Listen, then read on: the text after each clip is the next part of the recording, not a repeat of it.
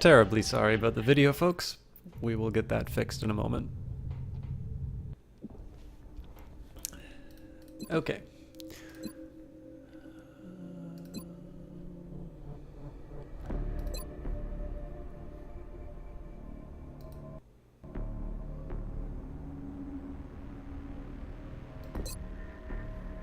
Looks good to me. All right. Now it's telling me high CPU usage. I don't believe it. Anyways, we are doing some XCOM. I'm going to tab out for a really quick second. I'm just going to try and get my windows to be lined up roughly the way I would like to see them. Man, there is a lot I've got to say about this game. And I've really been looking forward to playing it. Which might invite the question, why did it take you so long? For those of you who care about this game, or have played it already, we're obviously playing the DLC, all the DLC, but the real headliner DLC for this game was... Oh yeah, I completely forgot to tweet out that I'm live, so just give me one quick second while I do that.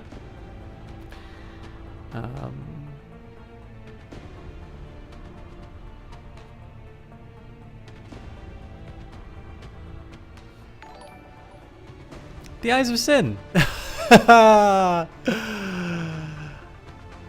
That's 2 months in a row. That is so kind of you. Thank you so much. I'm actually going to commit to make October the last month where I have a default sub button.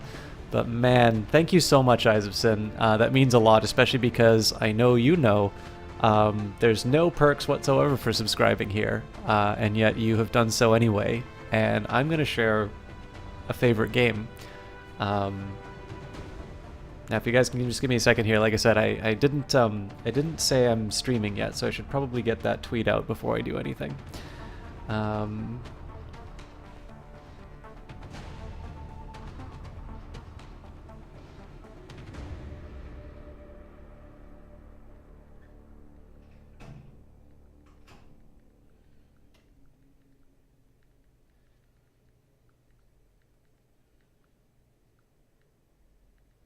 Sorry, this is so terrible, but...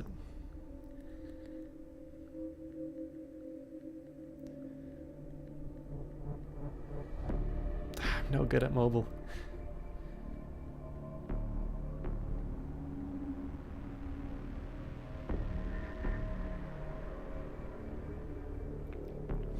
Okay.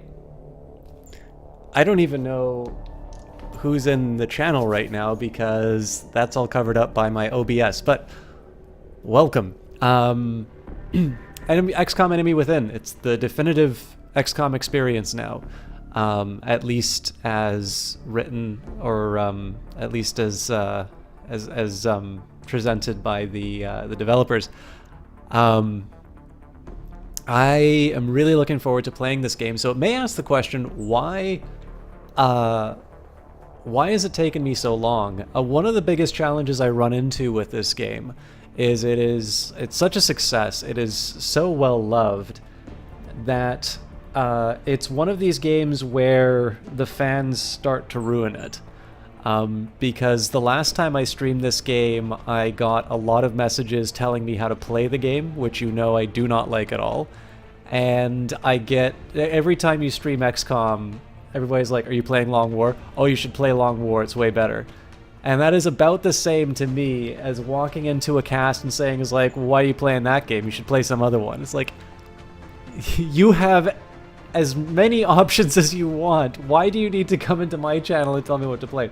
So it's a shame because I really love this game. And you guys have Jess to thank for this, actually, because she has been gently prodding me on XCOM for so long, and I've always been saying that I will do it at some point, and she'd basically given up hope, and I felt really bad about that. And it occurred to me that, you know, the way people react to this game are never gonna it's never gonna change. But there are some people who really like me watching me play one of my favorite games, and I just didn't like the fact that I was, you know, I was letting letting somebody who has been so supportive of the cast down. So I decided that I would break the habit. Hello, Sir Mango Duck. How are you doing? Yes, I guessed from the name, but I noticed that you've been knighted. So it is great to see you again. So first of all, guys, actually, before I jump into the game, we'll start it really quickly. Thank you so much for that host, Eyes of Sin. I don't know if you were here to hear me thank you for the sub, but I change your name as a joke in Kilgore's chat. Nicely done.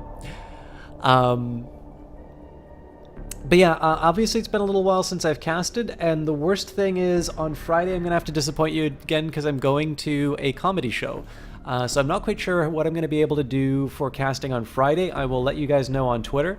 But I do intend to finish off some of the games that I've been playing and to start some new ones, and XCOM is under the category of sort of playing some new ones in terms of a series. Now, I gave a big setup in terms of me playing this game.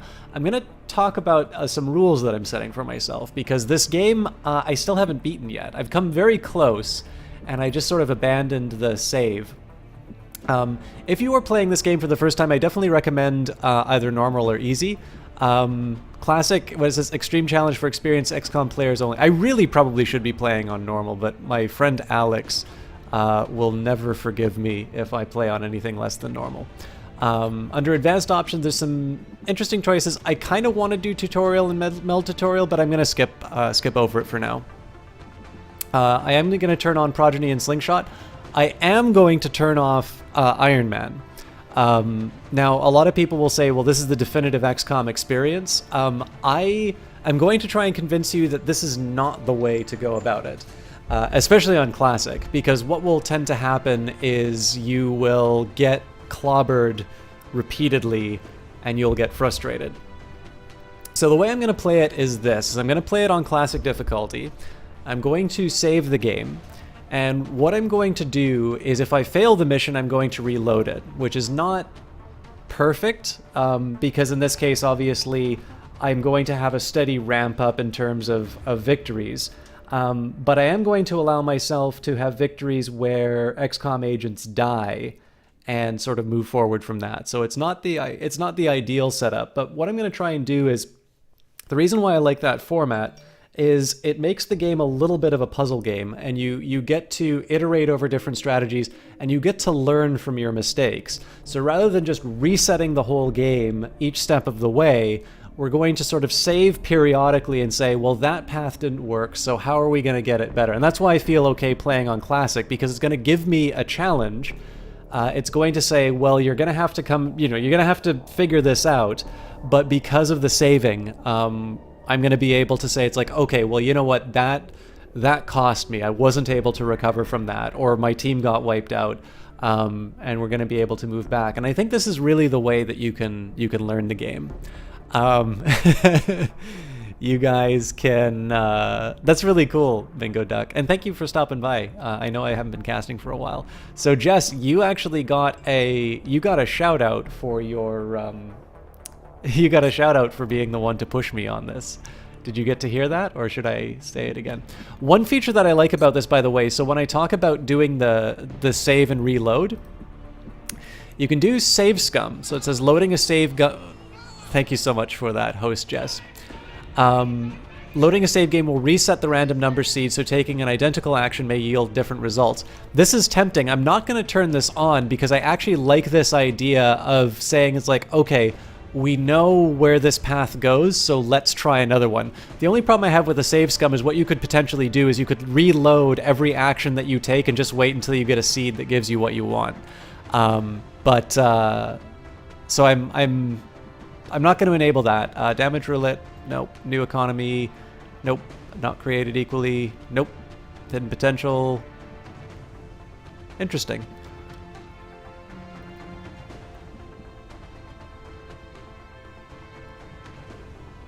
Huh.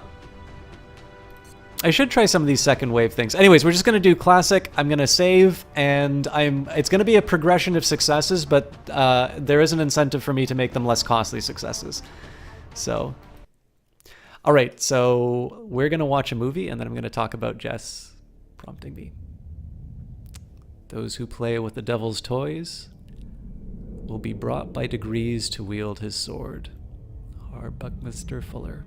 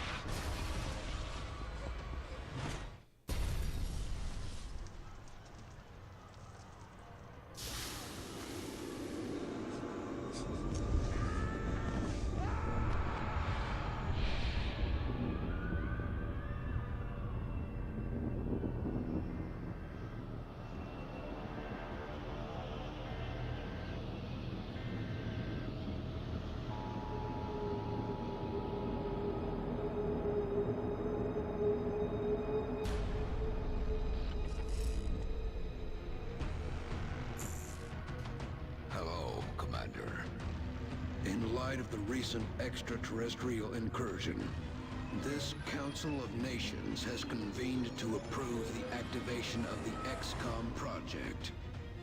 You have been chosen to lead this initiative, to oversee our first and last line of defense.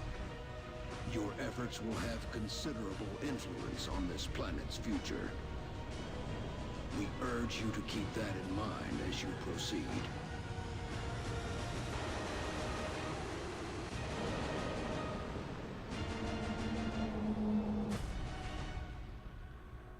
Good luck, Commander. I still really love that opening cinematic. And it's actually, I'd say in some ways, it's a bit consistent with the original game that it was based off of. But I'll maybe save some of that stuff for later. So, why does Jess like watching me play this game? I mean, one, she knows just how much I love this game. And again, I need to repeat this because she really is the reason I'm streaming this tonight. I do have a big problem with the way some fans of games behave in streams. And in XCOM in particular, I sort of noticed that people will always say it's not just why aren't you playing Long War, it's like you need to play Long War, which to me is the same as coming into a stream for a different game and saying is like, well, why aren't you playing PUBG? It's like, because I don't want to play PUBG. And then the next one is that people are always going to tell you how to play the game, and you guys know how I feel about backseating. And Jess, again, I always shout out Jess, and I always talk about how she encourages me, and the most consistent feedback I've always gotten from her is that you are at your best when you're playing a game that you love, and I really like watching you play XCOM. And there have been months, it might even be a year, since she's been saying that, and I've always very sincerely said I will get back to XCOM one day. I just need to be in the proper headspace. And it really occurred to me, especially when I was talking with her, that there's you know, the problems I'm gonna have with the way people behave during games like this, that's never gonna change. But what is constant is some of the people who I really value who like me playing this game.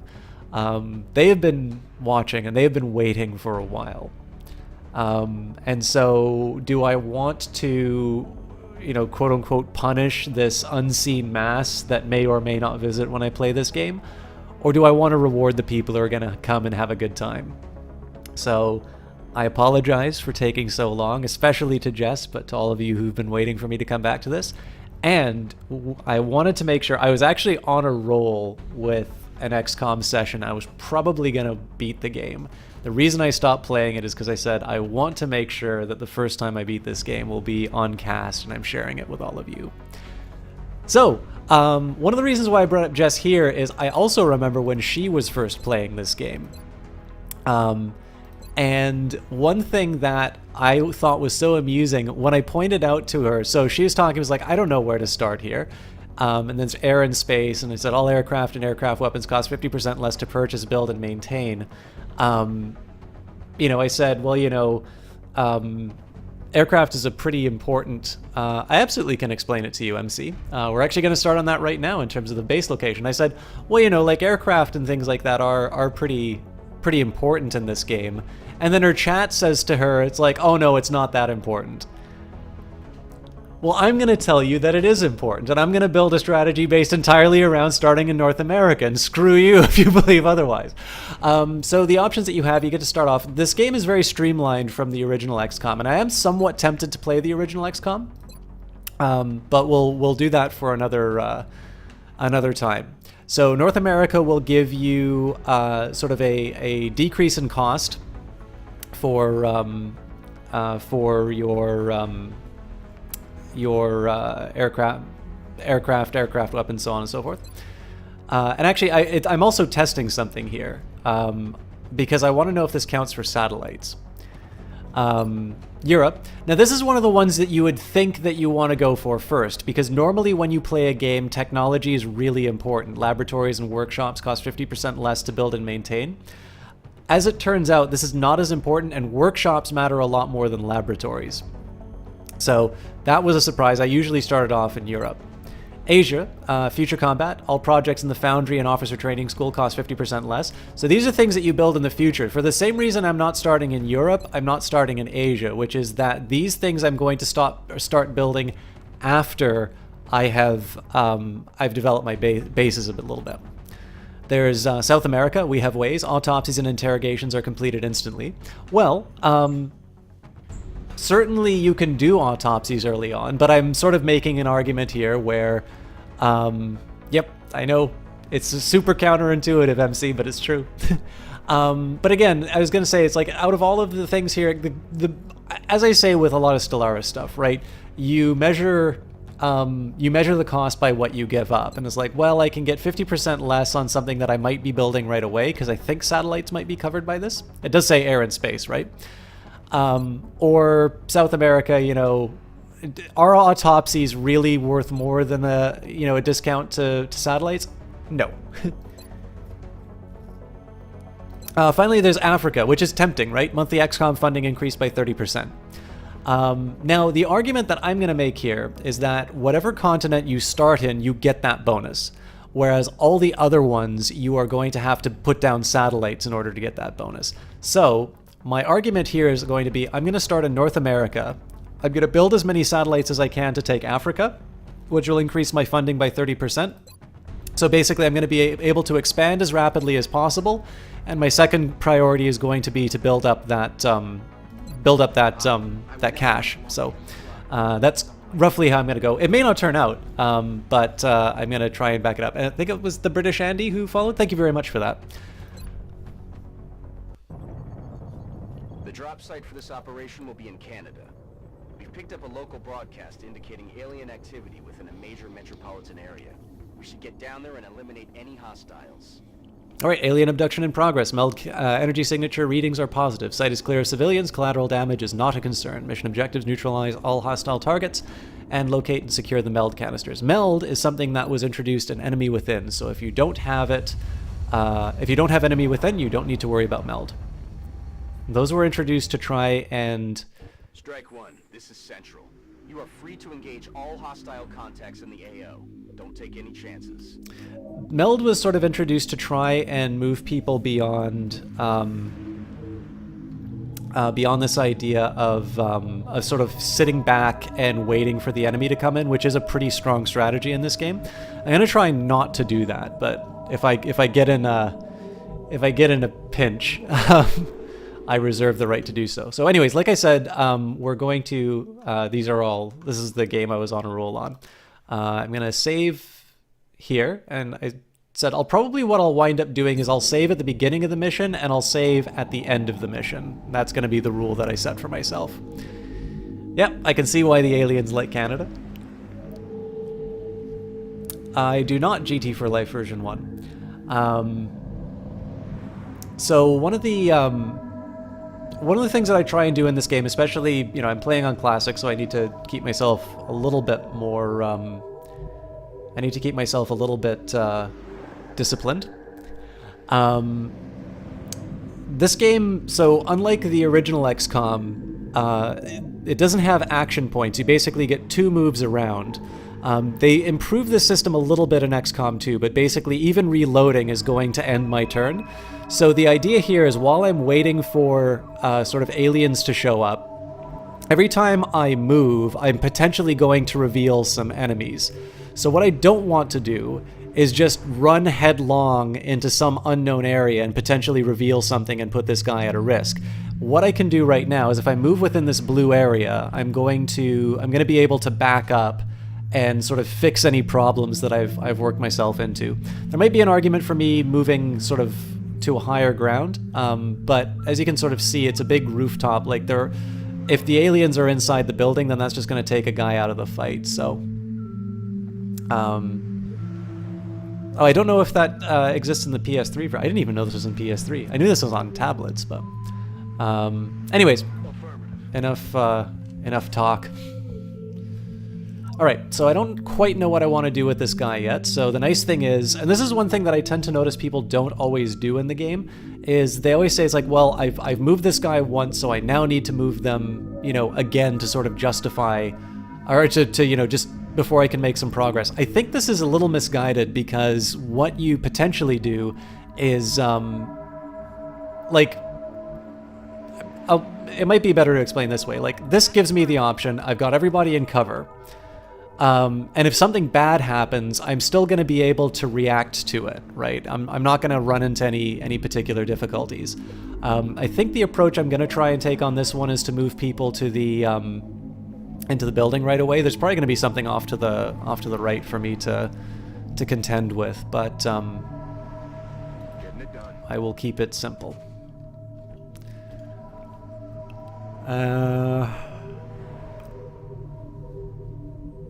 Now the big question is whether or not I want... so there's a meld canister here, so I do actually want to move somebody closer to that. So this time I'm going to break my dashing rule.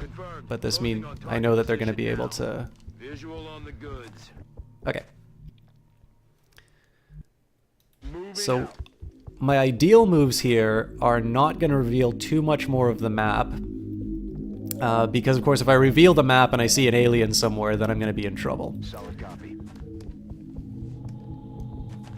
Now, technically, anytime you move, you might wind up in a position where the where you spot an alien or something like that. I could move this person a little bit closer. I could move them up against the car or something like. Actually, you know what? Okay. I'm fairly safe here. The car's not going to blow up on turn 1, so. So one of the things is I don't normally like rushing the meld canisters, but I don't like throwing them away either. So this is a fairly easy to motivate move. I can keep my team sort of clustered up and make sure they're safe.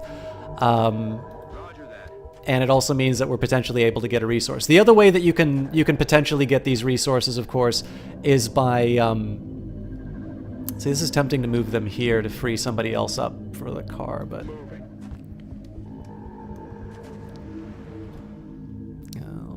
somebody up to the...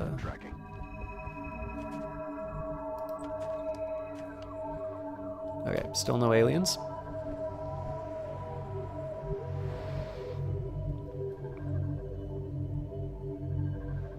That's dashing, so... I'm on the move.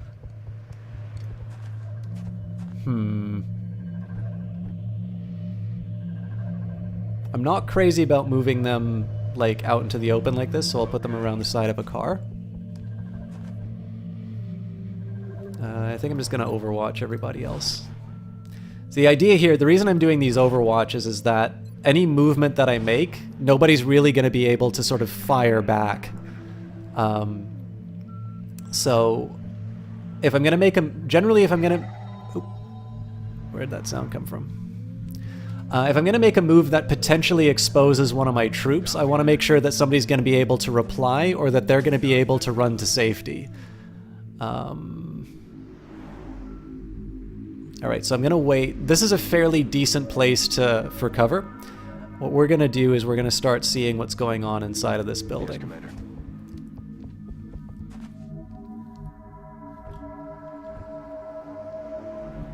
This is definitely longer than I'm used to not seeing any activity. And sometimes you can see the shadows of the meld containers. We're probably gonna lose the meld. I mean, this is the first mission, right? It's not. This is not exactly the most taxing, the most taxing XCOM mission that you get for the opening one, but all right. So I went for here because it's heavy cover and it lets me go on the two angles. I've got one more person that's going to be able to reveal some more of the map. So now I have to decide, how do I want to navigate this? The challenge I'm going to run into is if this guy finds an alien here, he's going to be sitting behind cover and he's not going to have anybody to back him up. So I'm going to overwatch here. And the next question I have is, okay, so what do I want to do with the rest of my team? This person's sort of hanging off to the left. There's a chance that there's something sitting inside the corner there, but not really. And actually, we just found the other meld canister, so we'll see if we can maybe leg it to the next objective. So what I'm going to do with this person is I'm going to move them a little bit closer to the group. This is still heavy cover. And now, because I know I've got another objective in the area, they're gonna smash a window, I think, if I make them run.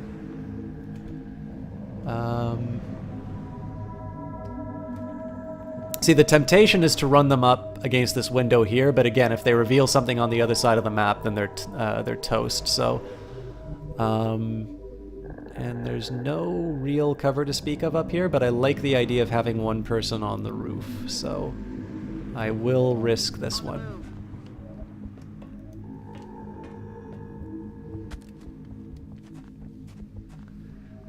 And that will let this guy move up.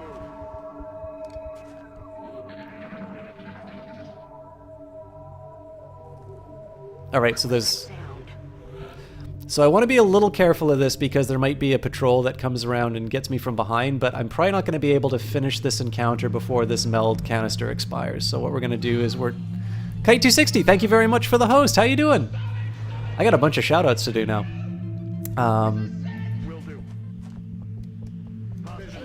Alright. And now you know why I take my time and I always leave the option open for my troops. So I'm on it, Commander. I have a high ground advantage here. Oh, I don't. Okay, well, I know I can get him to... This is a little bit of a waste if I use the frag grenade right away. It doesn't give me the range. So anyways, got an easy overwatch here. I really thought I was going to be able to attack that person. Not a whole lot of options here, so I'll just make sure I'm in a position of safety. I'll set up the overwatch. And this is going to be the last time I can move this character... This is going to be the last time I can move this character sort of into an advantageous position. The temptation is to really try and, like, be aggressive with this movement, but I actually want to keep them in a... Remember that the aliens are going to be here. The next batch of aliens is probably going to be coming from somewhere around here, so I do want to be reasonably careful in terms of where I put my guys for flanking.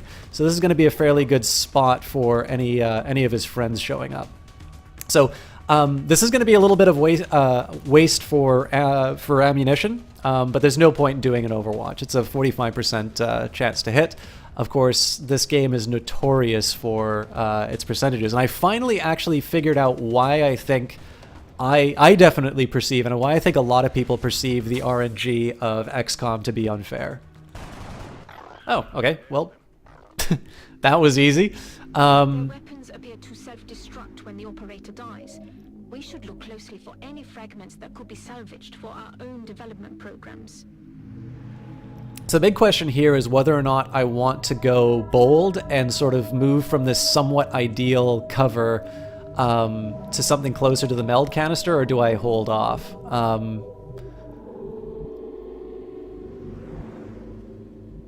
I would feel...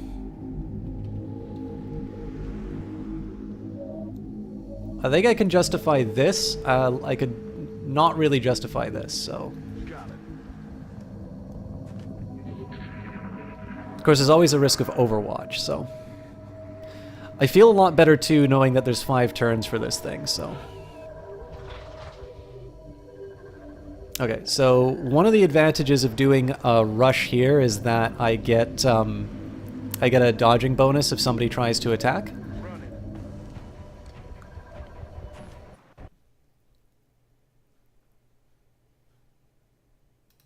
Take 10 GT4 life. I don't like being told how to play the game.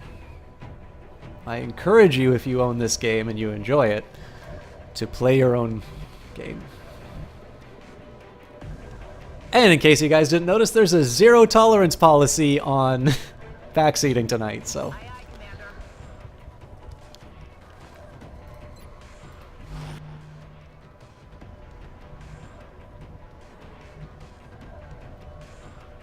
That's affirmative.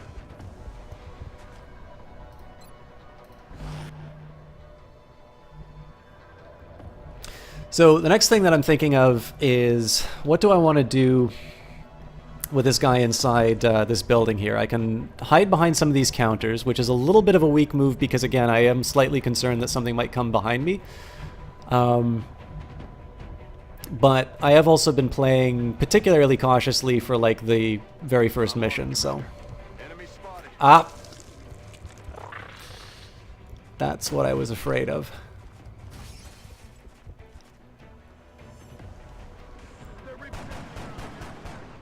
Alright, this is going to get pretty bad for me in a little bit. So...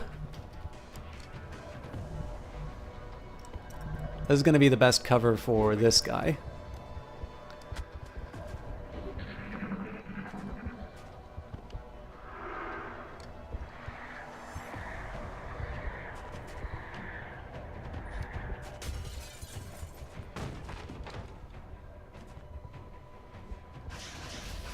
Incoming fire.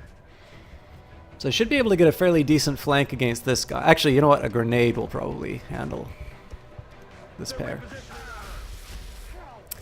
No, damn it. No. Time to motor. I don't think that'll help you, my friend. Okay. So I think these guys have spaced themselves out just enough to be immune to a grenade. Oh, no. Okay, well, this is a pretty easy solution. You may want to instruct your men to exercise restraint when using explosives. While certainly effective at killing aliens, they also destroy the artifacts we're hoping to recover from the bodies. Just something to consider. So, Dr. Valen always lectures you on the, on destroying the aliens. I've always found that the trade-off in terms of losing some technology in exchange... So, like, on this one, I have to deal with multiple aliens in, like, a completely disadvantageous position for me. So in this case, I was 100% okay giving up the tech for that. Now, my suspicion is if I head this way, I'm probably going to be able to find the aliens. But one of my big regrets was I had a pretty good idea that there was going to be something inside the vault here, so it was foolish for me to move by that desk. Now, again, you can sort of see why I have that rule of don't commit yourself 100% to a dashing move. But as it was, this guy is doing rather poorly. And I'm going to need to be careful for the next little while. Also, it might have been a better idea for me to use this guy for the grenade rather than the other gentleman. So my question now is, do I want to move this character...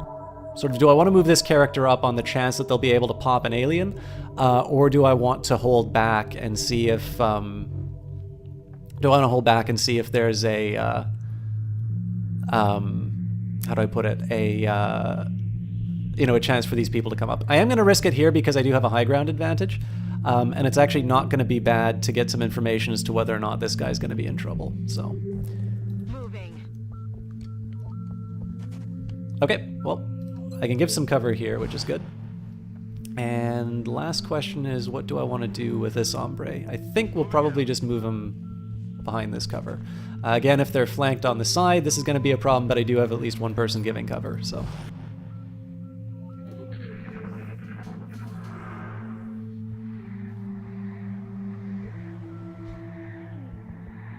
Okay, so ideally I'll be able to get, well, it won't matter now. I was going to say, ideally I'll be able to get somebody around the edge there to take out the alien that was boosting the other guy, but in this case, get this guy into position, collect the meld, and what I really want to do with this person is just get them to overwatch. I don't want them to go anywhere near aliens.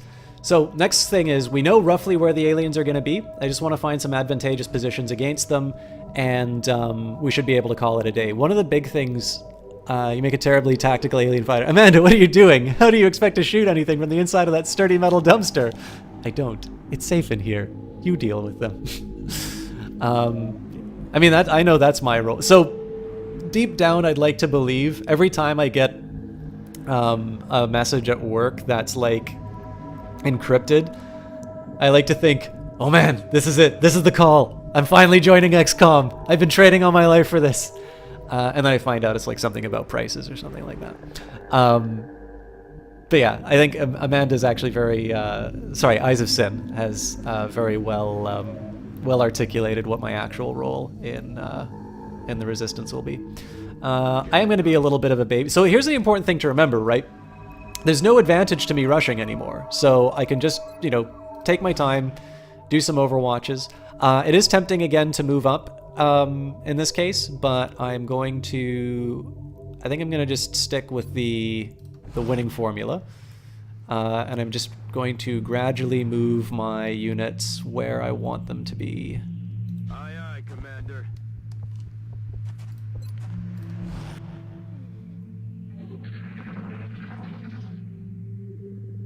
It's interesting to note, by the way, in the original XCOM... Oh, they're going to fire. Oh yeah, I was going to talk about why there's a perception that the RNG is unfair in this game, but I'll get to that in a moment. Okay, I think I'm going to be in a position to get a shot off on this guy. I'm on the move. Nice. So this is a bit of a flyer, but we'll do our best. Adjusting aim. Again, I'm not going to throw this guy into the fray. Solid copy. I wish I could do more with this person, but...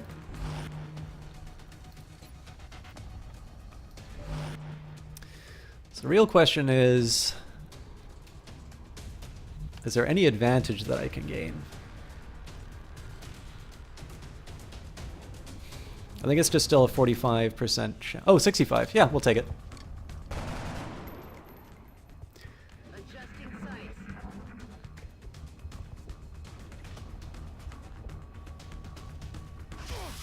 Evac! We need to for evac now! Damn it, now! Alright, so the good news here is I should be able to do a flank, although there... Out of here! Was there 2 guys who are panicking? Raining death over here. What? No. Oh my god. What's happening? No, this isn't right. This isn't right. Alright, this is going to make things a little tougher. I got 3 people panicking. I think it's time to make this guy a hero. So I'll move them up. I'm on it, Commander. See, the real trick is I can't remember where the alien is. I'm gonna hope I can hit him with the frag grenade. Batter up. Answer is no. And I actually just gave him a hole to come and flank me with.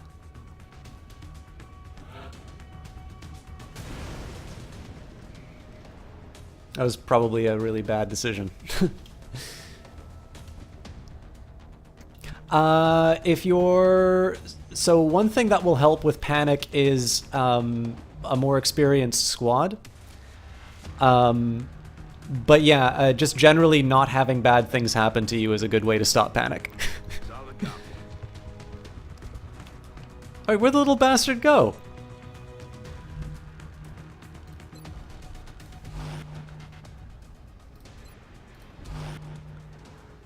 Sullivan, you're in trouble. I'm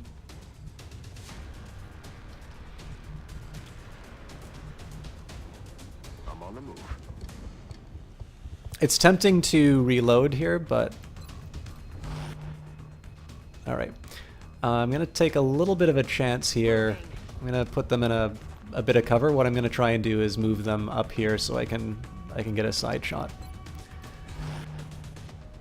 On the chance that they kind of crawl up, so much the better, but I don't think that's going to happen.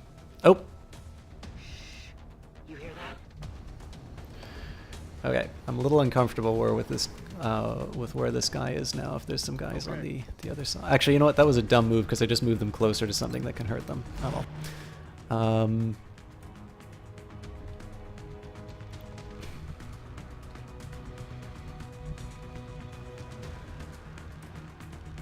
Yeah, I really bungled it with that grenade. I've left myself with no great options for where to move. So, I'm gonna get a little bit of intelligence. Okay. I'm gonna get 2 people on the roof. Target confirmed. On our way.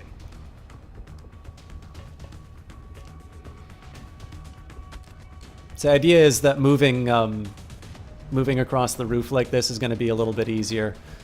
What I do want to protect is the possibility that this guy gets flanked. Aye, aye, Commander.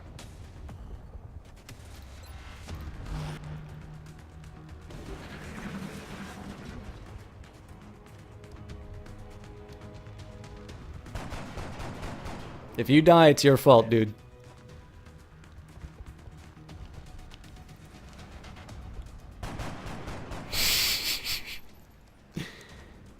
I need ammo.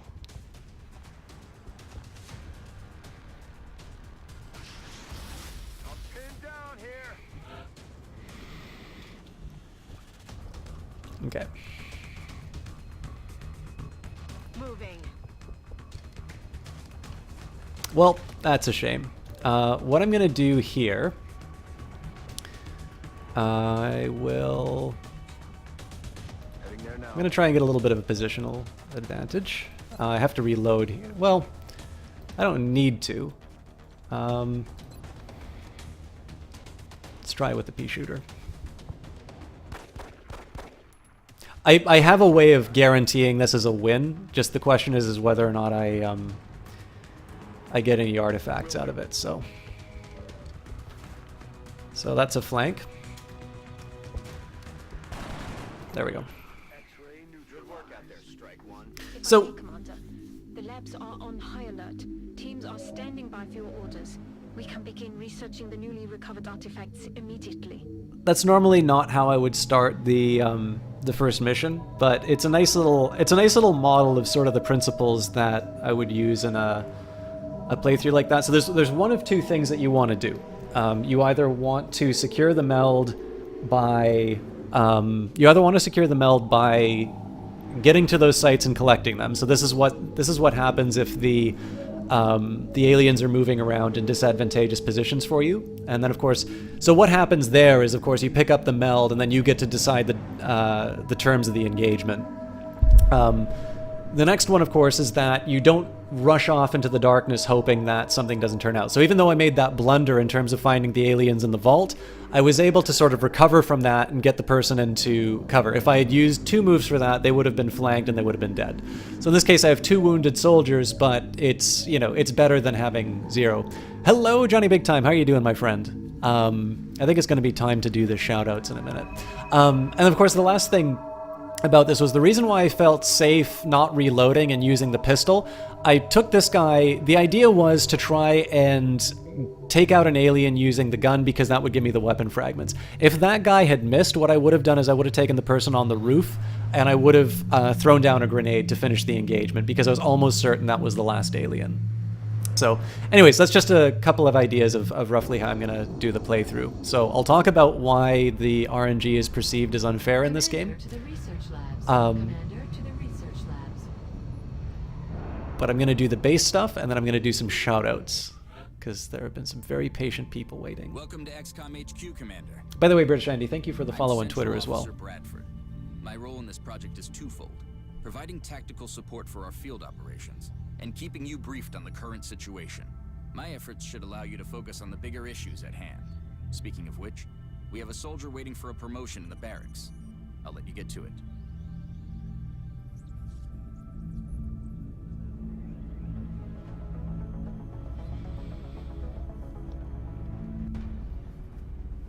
Okay, so I'm assuming that OKK is a heavy. Our snipers specialize in dealing massive amounts of damage from afar. But without sufficient training, they're vulnerable in close combat situations. The assault class serves as our front line. They're the first ones into a fight, and the last ones out. Commander to the research labs. Commander to the research Just like it sounds, the support class provides that intangible edge our squads need. They make everyone around them better. So just the trait that you're looking for is will when it comes to panic.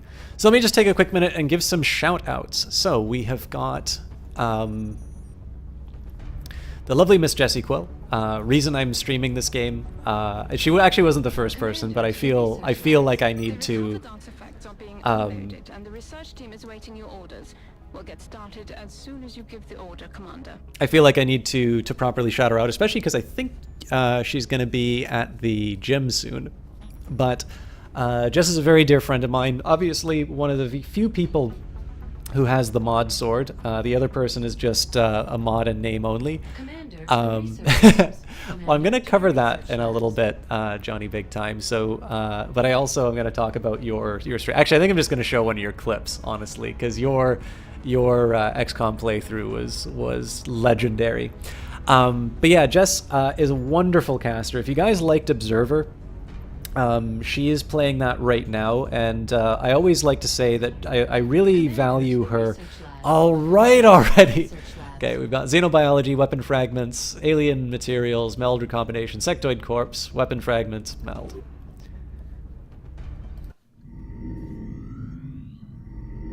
Hello, Commander. My name is Dr. Valen. And she sounds like I Dr. oversee the Valen. research labs. This is where all of XCOM's research and development takes place. We have already begun analyzing the artifacts recovered from our first encounter with the aliens. Based on our preliminary findings, we believe we can use them to develop some new equipment for our soldiers. With your approval, we will begin research immediately.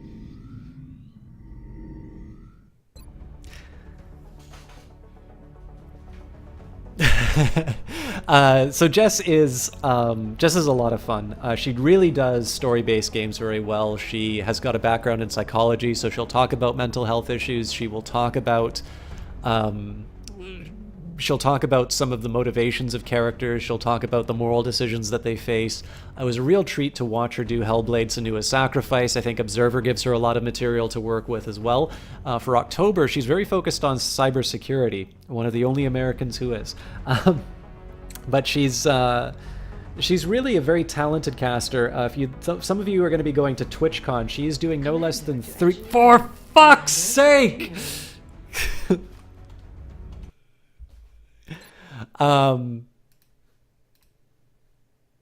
If I go to the save screen, the robot won't bother me. Jess is she's going to be doing no less than 3 panels, and it's very easy to see why. I'm sure at least some of them will be broadcast. I'm pretty sure everybody will want to see her at TwitchCon. She's just a really wonderful person. Again, she encouraged me as gently as possible to play XCOM 2. She says it's the favorite thing of mine that she likes playing. She was the one to get XCOM 2 for me, and I will be doing that next. But she's really something else, and I'd love to sing her praises as a person. But I would definitely say if you guys liked Observer and if you guys liked sort of how I treat some of the story or the history-based games, what I do for economics or what I do for maybe some of the the political decisions that happen in some of the games, Jess does for people. And it's one of the reasons why I really value her cast. And I think one of the reasons why her community values her so much. Now, not to be outdone, the Eyes of Sin 92 is in chat. She's the first one to host me tonight. Now, she's been taking a little bit of a break from casting, but she was streaming last a game called Super Brothers Sword and Sorcery EP. And it was an iPad game that I absolutely loved. It's just got wonderful music. It's got a fantastic art style. Everything about that game was just really special. It was one of the first games that I played on the iPad, and it's still one of the most memorable to me. And to see her play that game was just as magical. She's playing it on PC, so it's a little bit of a different experience, but she has very quickly, she found me through a co-cast that I did with Jess for a charity stream, Quest for the Cause or Quest for the Cure. I think it's for the cause.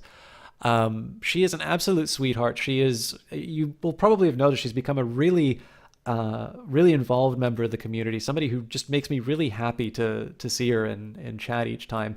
And every single element like that, it comes across on her cast. So I really do encourage you guys to follow her. She's also a remarkably talented artist. I had seen her artwork and some of her emote commissions and just generally some of the art that she does in her blog. And then after a little while, I had seen some of her pixel art, which is also really good. It's some of my favorite works of hers, but I think that's just because I like good pixel art that isn't part of a game aesthetic so much as just somebody trying to communicate an idea. And there was one particular bit of pixel art that made me smile, which I don't know if I'm allowed to talk about or not.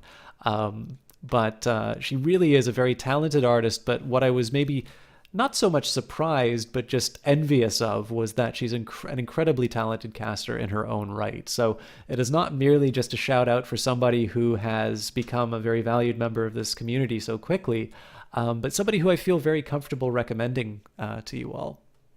So, oh, well, you know what, Eyes of Sin? I think I'm going to save that for a special occasion then. So anyways, guys, I'm almost done the shoutouts, but there's some great people who are in here. I'm going to skip Johnny Big Time for a second because I'm going to give you guys something to watch in a little bit, but I can't go by too far without shouting out Kite. Now, I think Kite has also done Hellblade Senua's Sacrifice, but one of the things I wanted to point out is one of the few Cuphead streamers who I can actually bear watching.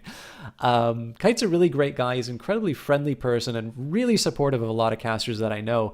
One of the things I respect the most about Kite's casts are his ability to do co-op things. Now, one of the shames about Cuphead is that you can't do multiplayer online, at least so far as I can tell. So I missed that experience of seeing him do a cooperative Cuphead stream.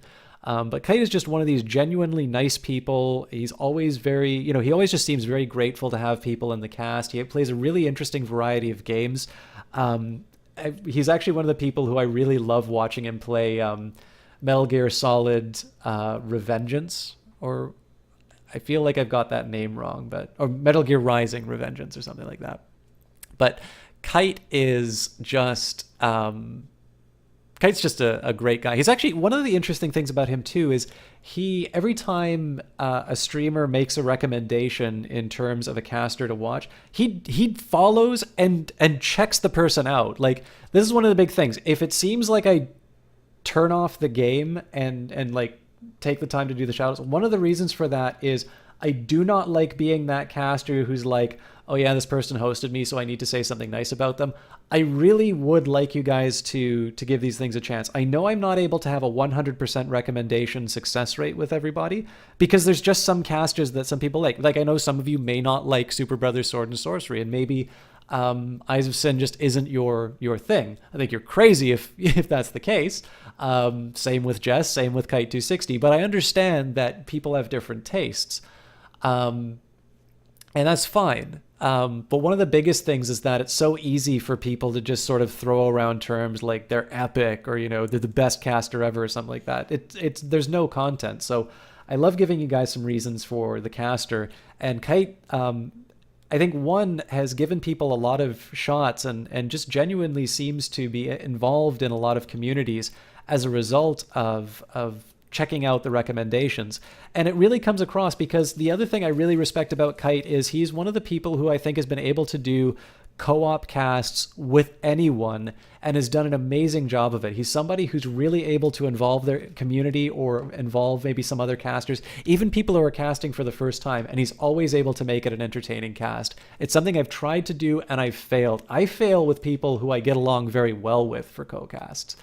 And it's just, I don't know, it's something, it's definitely something else to watch.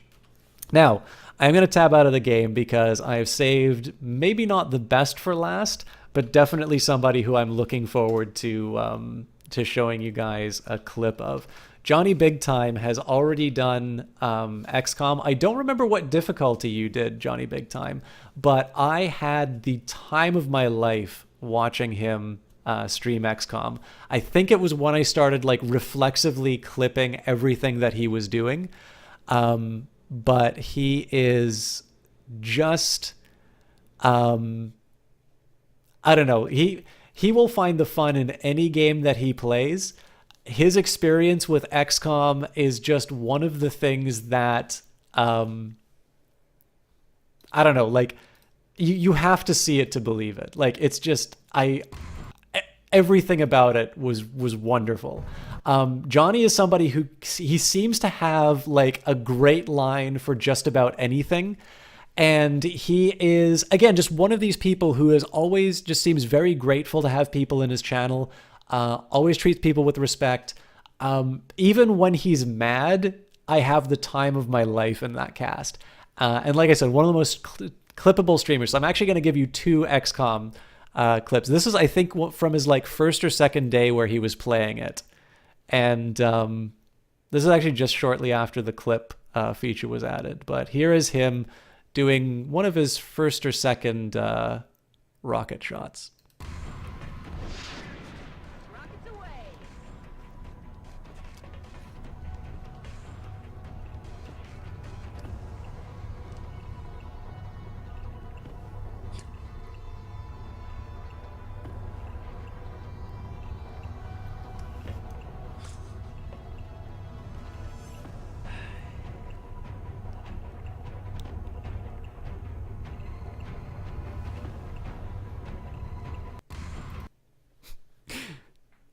Slightly more subdued clip there. I did just say that he has a line for everything. It's the only time I've seen him silence on a clip. But Johnny has also experienced the RNG of XCOM. Obviously, his squad is a little bit more developed now. And, well, I'll let the clip speak for itself.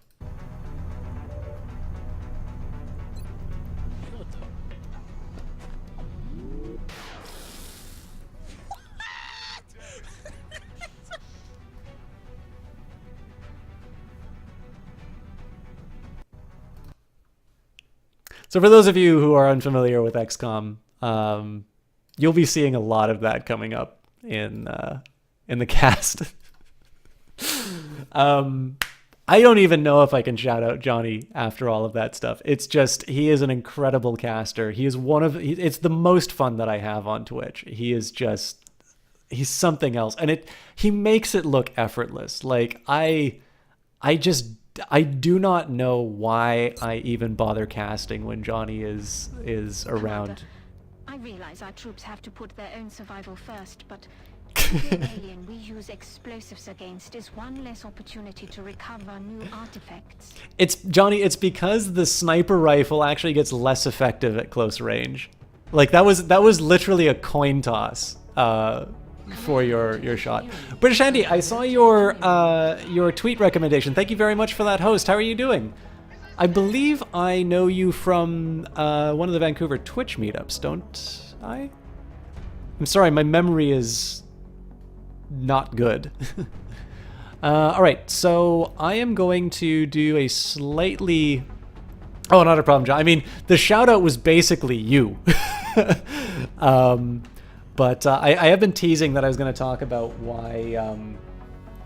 I was teasing why I think people perceive the RNG as being less fair than it actually is. But what I'm going to do, so we went through the tactical game, which is what's driving the XCOM experience. But there is this more strategic game.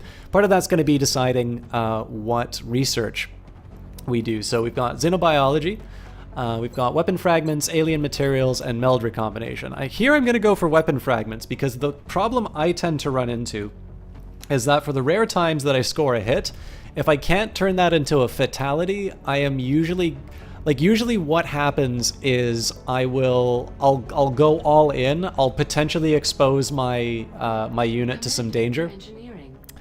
This is the naggiest AI in the world. And what will tend to happen is if I can't turn that into a kill, I'm going to be in a particularly bad position. They're going to be able to flank me or just generally cause me some trouble. So I tend to like to invest. So the thing is that crew is expendable pretty early on in the game, whereas later you have people that you want to save, and of course that's going to be the time that you start investing in armor. So I usually like to get weapons a bit earlier on. So these fragments are all that remain of the powerful alien weaponry that we've encountered so far. Further study could lead to advances of our own weapons development programs. British Andy says, hello there, Chalk. No worries. Glad I could catch your XCOM stream tonight. Wanting to play that for sometimes. Oh, it's a wonderful game, British Andy. It's one of my favorite games. Full stop. Firaxis just did an incredible job with this, and XCOM 2 is even better. So as soon as you can, give this game a shot. That's right. It was at the Monster Cat.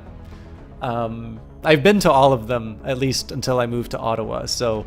I was having a little difficulty pinning things down, but my evening is going well. I got a late start to this, but I definitely am happy that Jess pushed me to play this. Vikings World! When you'd be stopping by. Welcome to engineering. Anything they can dream up in the research labs, we can build it here. Speaking of which, Dr. Valen has just sent us some new schematics. With your approval, we will begin fabrication. You know, Vikings World, I've been promising for 3 months now that I'm going to get some proper alerts. October is the last month where I'm using the default things, and I have an idea for some subscriber emotes. So, stay tuned. That is 100% a commitment, by the way. It's like, if by November 1st, All Saints Day,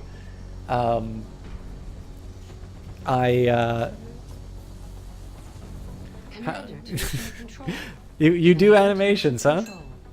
Well, there's one in particular that I have in mind for something that might be good for the end of October. Yeah, I was actually thinking of doing something continuing on with the movie theme, Jess, but we probably should talk at some point. I have a feeling there's a talented artist somewhere. Commander to mission control. All right, so we were talking about how engineering is... Still got some room to grow up here, but if we really want to expand our facilities, we're going to have to start excavating beneath the base. Pretty... Unfortunately, the deeper we go, the more it's going to cost. All right, I would prefer to get a satellite uplink, but I don't have enough engineers. Commander to mission control. It's all good, Jess. I just like tormenting you about it. By the way, guys, I should also mention Kaylee Cakes. Actually, you know what? I'm going to take a minute here. I know I've been pausing between missions. I do want to take a quick second here because there's a lot of people who have me on auto host, and the problem is that it never comes up in well, see, this is the thing, Eyes of Sin. It doesn't. I don't want to presume.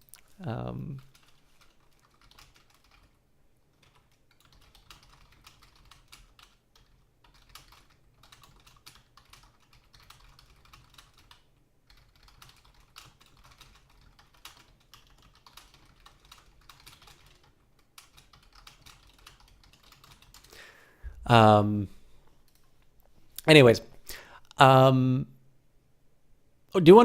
occasionally want to take a minute to recognize them, but I have to do this really fast. So we have got Mr. Franz, Kite 260, Eyes of Sin 92, Inferno Fowler, Unknown Brigade, Dynamite TV, Jesse Quill, The British Andy, Ulster Fighter, Docs Gaming, The Rambler 146, Lady Dow, who I haven't seen in this chat in such a long time, Custom Games, The Sleepbringer, Nubasaur 42, and Kaylee Cakes have all been very steadfast in their support through the auto host, but I don't recognize them nearly enough for what they do. Anyways, so I'm thinking probably maybe power here to take advantage of the Steam. It is a bit of a shame that that wound up being where it is. I could also potentially start building an access lift because I've got the money for it.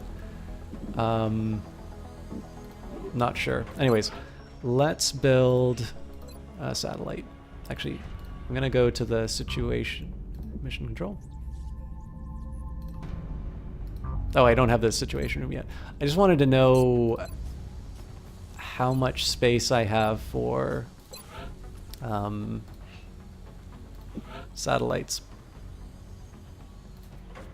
I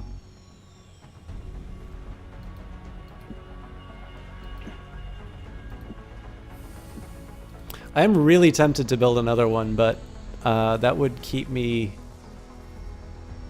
I would be dry at that point, so... And I'll build one. I usually don't go for a med kit right away, but I might as well get that out of the way, so...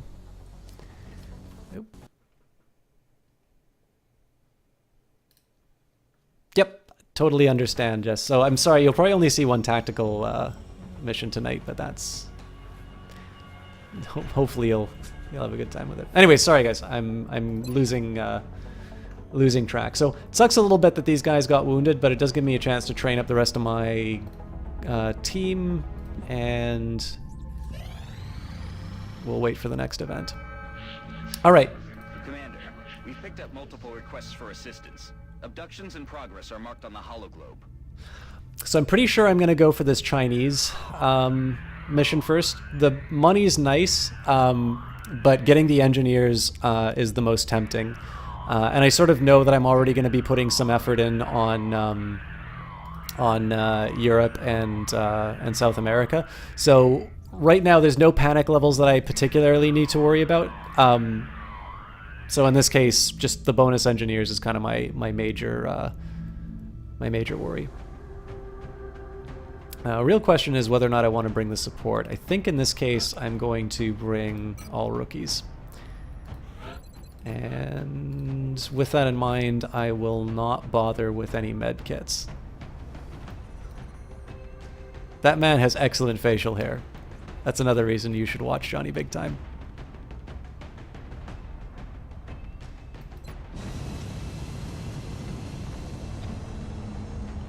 By the way, the music for this game is incredible. I love this theme. I would sometimes play it while I was doing research, and I would just feel that what I was doing was that much more important. We're heading into China for the next operation. Alien activity continues to surge within several major cities. Our response is crucial to minimizing the spread of panic.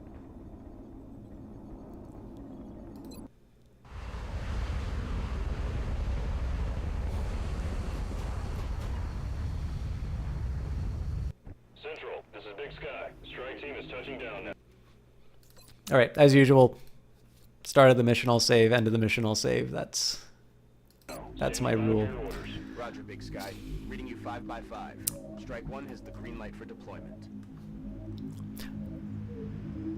Yeah, well, the other thing to remember too is that this game was made to be on just about everything, including tablets. So I don't know. I think it looks pretty deep. The only thing is that the character models are not what everybody wants them to be. But that's right, you did, Mingo Duck, and I'm definitely very grateful to Alex for that support. So I think probably the same principle as before, unless I happen to find where one of these, unless I kind of luck into knowing where one of these meld containers are. It's actually a bigger map than I thought it was. I'm thinking probably what I'll do is I'll just move straight into the office building and proceed from there. Again, if I can't get all the meld, I'm not going to cry about it. I would rather keep my soldiers alive than get all the meld. Of course, it's also quite unlikely that the first move is going to like show some kind of an alien presence. So, Aye, aye, Commander. Oh, you know what? What I normally wind up doing is I wind up sending somebody into this alley and they just get annihilated.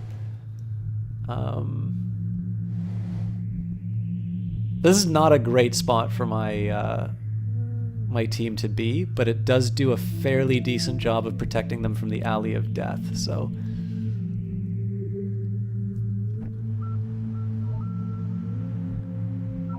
Heading to that location.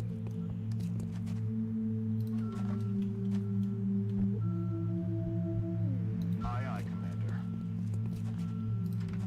Alright, so now we've got the meld sort of ticking by. The biggest thing is I can see everything inside of this room, right? So there's nothing I really need to protect my guys from. So we'll just get a quick idea in terms of where people can move overall. Yeah, he's going to smash through. Ideally, I'm not going to reveal my position through making noise like that, so... Can't you just walk in like a normal person? Alright. Heading to that location. I'll live with this.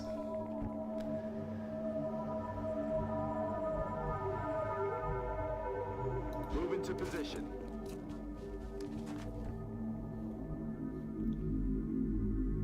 Heading out.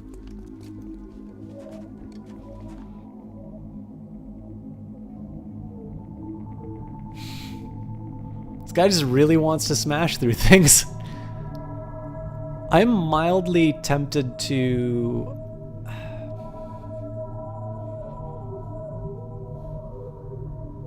Yeah, I should probably keep the team together.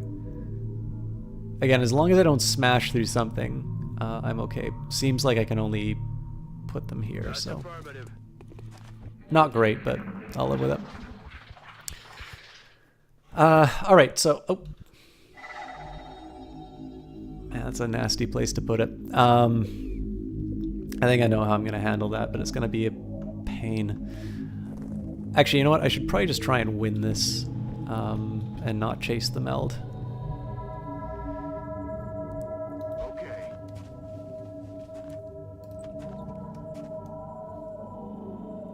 Okay, Alley of Death seems somewhat safe. Famous last words. Moving out.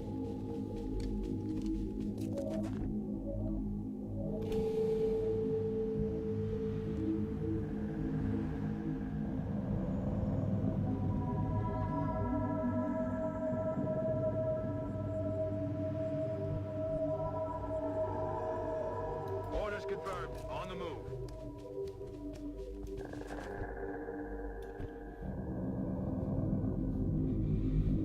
I kind of want to have two. So one of the problems with this is I'm splitting up the team into two, but again, if I can get my hands on the meld, so much the better.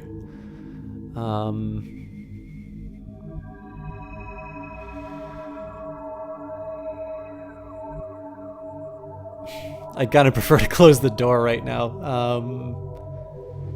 I am going to live with this. Anyways, so I was going to talk about the RNG. So one of the biggest problems that I run into, right, is I see... I probably should have had an Overwatch up, but that would have been wasteful, so... Oh, god damn it, I've only got 2 turns to get that. Oh!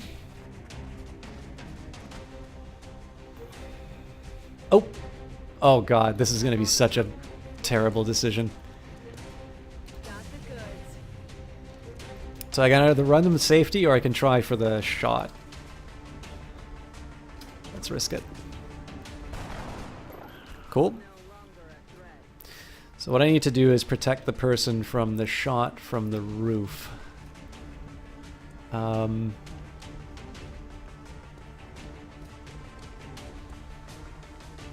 See, they're left out in the open if I...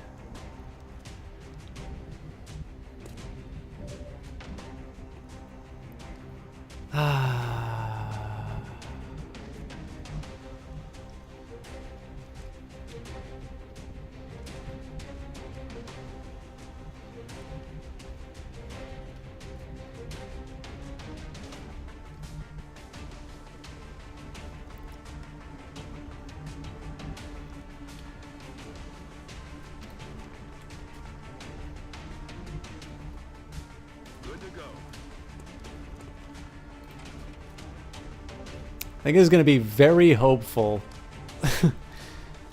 in terms of throwing the grenade. Oh, hang on.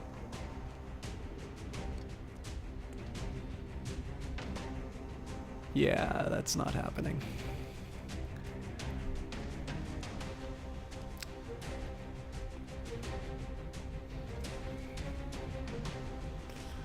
So I don't want to put this person into immediate danger. I'm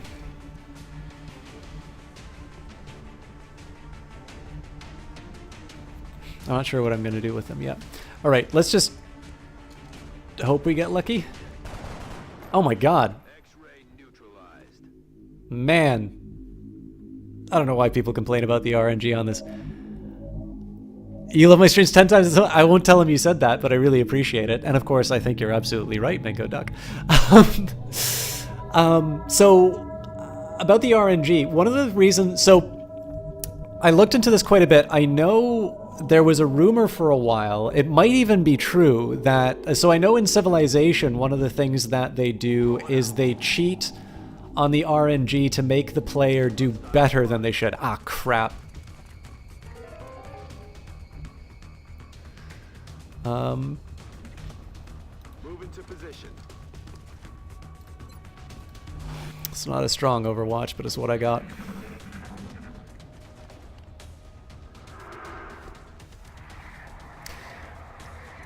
So, like, one of the things is you see something like a 90% shot, and it doesn't work. Okay, we're okay. You see something like a 90% shot that doesn't work, and you're like, what the hell is going on with this game? Like, that doesn't make any sense. I really want to do the flanking shot, but am I able to get him with a grenade, though? What are my chances?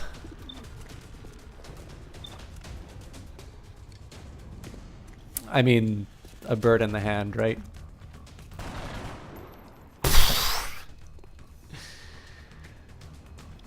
I don't like any of these positions at all.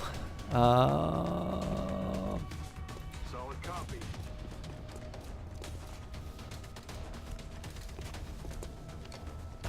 Ouch. That was not a good... That was just overall a bad play. Heading to that location. That was actually a pretty weak one, too. Oh.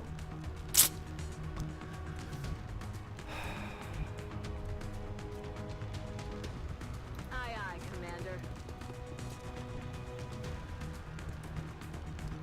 I really want to get this guy involved here somehow, but I don't see a viable way of getting him in, so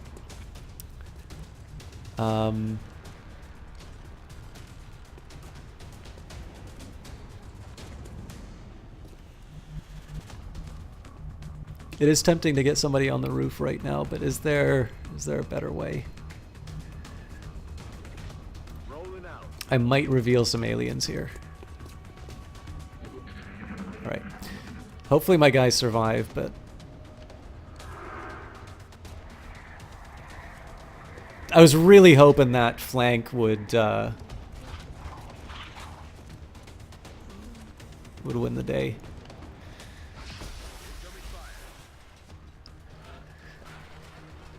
Okay. So I can turn this around for myself. Copy that. So the reason I'm doing that is I'm not even going to bother with subtlety. Important thing to remember is when these guys are doing their telepathy thing. So grenade's always going to do 3 damage. That's going to damage whoever they have the telepathic link with. Now, if there's guys inside this sort of library area, I'm going to be in trouble because this guy's going to get flanked. What I'm going to assume is that the game's probably setting me up for a... That's what we're looking for. Oh, nice. It's definitely being very generous with the timer on these things, which I'm certainly happy about. I do need to get my team back together, though. So I think I'll do another effort. I think I'll get people back on the roof.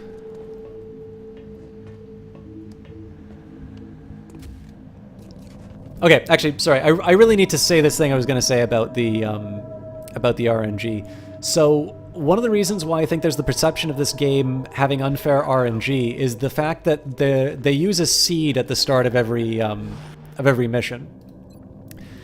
So the idea here is that you see something like a 90% shot. Okay, I can work with this. Oh, I really can work with that.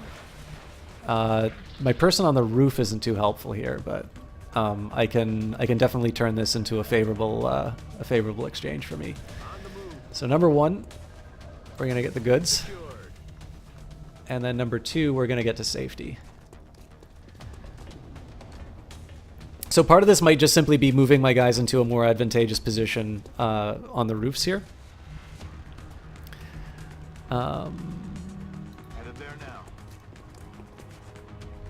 It's unlikely I'm going to be able to pull off an Overwatch. Oh yeah, I definitely can't pull off an Overwatch there.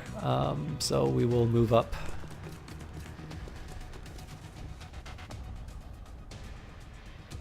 I don't think I have to worry about people climbing over the edge. So I can either leg it and risk them coming up onto the roof. Yeah, I don't want to leave any of this to chance. I've done pretty well. And again, I've got my loot, so I don't need to worry so much about. Like, I can take my time. Aye, aye, Commander. Hopefully, I can get a shot off. No, but I can probably get him on the Overwatch. God, it's really tempting to just go over to the ledge there and chuck a grenade. Man, there's no good cover. On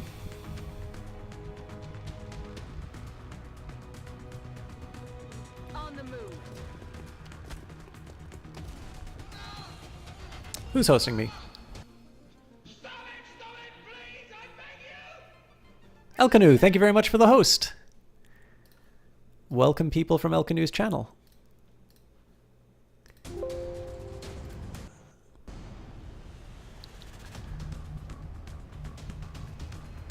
Actually, guys, it's worth mentioning, El Canoe, I watched him quite some time ago do an XCOM and an XCOM 2 playthrough. I saw more of the XCOM 2 playthrough, but El Canoe is a wonderful French caster. I don't recall the last thing he was playing, but one of the things I actually particularly like shouting out El Canoe for is, of course, I started watching him because I wanted to improve my French. He's always been very accommodating in that regard. I don't have any good places for this person, so I'm going to put them on the roof again. I see, no problem. Yeah, well, my French is non-existent too, Sin, so we're in the same boat there. Oh, hang on, is this a new round? No. I hope this guy was going to be covering my team, but you know what? I'm just gonna have to take the risk I didn't want to take. Which means this guy definitely needs to do an Overwatch. I know I was gonna talk about the RNG, but What was that? what I should be doing is actually focusing on getting these guys to the edge of the building so I can actually pull off the thing I want to do. That's affirmative.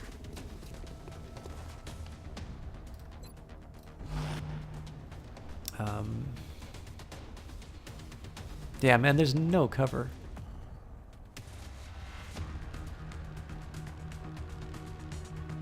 Solid copy. I'm just hoping the Overwatch kind of covers this guy.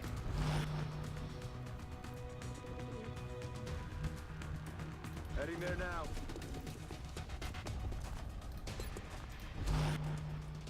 See, the one problem I have with this is I'm banking a lot on my ability to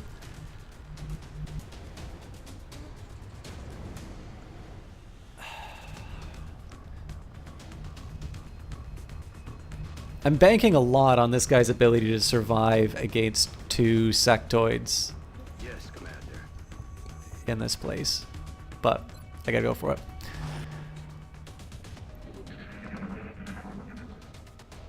So anyways, I think one of the problems that people run into with this game is they see something like, okay, it's a 90% chance of hitting, and then it doesn't, you know, it doesn't hit. So it's like, what? That was a 10% chance of failure. Like, this game sucks.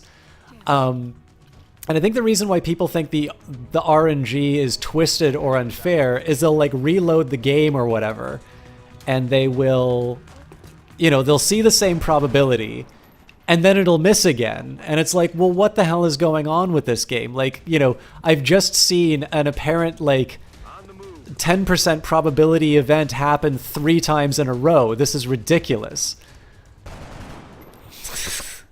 But the trick about that is that because it's a seed, like, you would be able to predict, once you know the first outcome, you'll be able to predict with certainty the remaining outcomes, because it's a...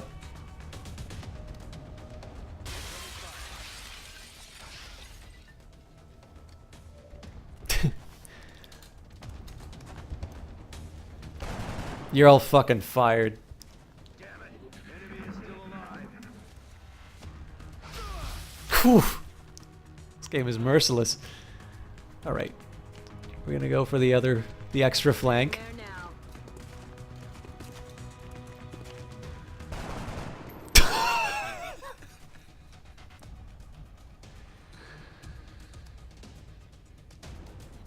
Aye, Commander.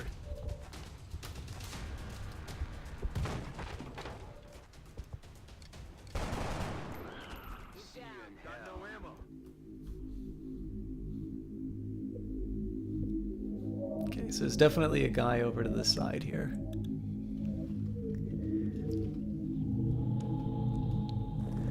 But yeah, so the idea is that when you see, like, if you're relying on the reload, so like the thing is that when I've seen, like, some people have done these plots of sort of the listed probability and the outcome, and it seems to match. Like, it's basically, you know, 20% events are happening, like, you know, 20 times out of 100.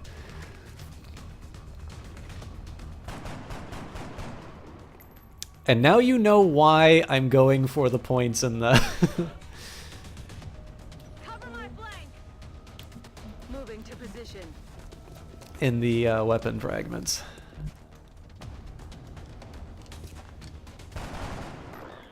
Nailed him. No Mission rounds. accomplished. But yeah, so basically, like, when I've seen the plot of, like, what was the expected outcome, what was the actual outcome, it seems that the game is accurately reporting the probabilities. But again, if what you're doing is you're seeing multiple events that are supposed to be fairly rare, and you're seeing them happen time and time again, then you start wondering, okay, is it... And I mean, obviously there's a lot of biases in terms of, like, you feel entitled to success, whereas, you know, like, when things don't go well, you know, the game is screwing you. But I think probably what has led to this perception of unfair random number generation is actually the fact that at the beginning of the game, they've already worked out all the die rolls, basically. That's not exactly how a random seed works, but for all intents and purposes, if you do the same actions in the mission, the outcomes will always be the same. And that's why when you have the save scum option turned on, what you get is you get a new random seed, which means that when you fire the weapon, like, one of the things you could do with the save scum mode is you could save it, you could reload it, and, like, even if it was a 10% chance, you just keep reloading the game until you get a seed, which gives you that, you know, that outcome that you wanted. It's one of the reasons why I didn't turn that on. But that is my hypothesis for why there is a perception of unfairness in the XCOM RNG. Commander to the situation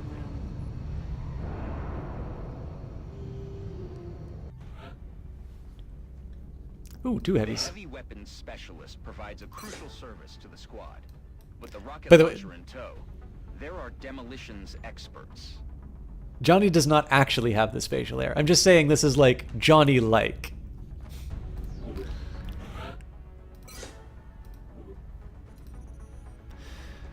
Okay, Urban Combat Badge is now unlocked. Visit the barracks to designate a special capability for this medal, rename it, and award it to a soldier.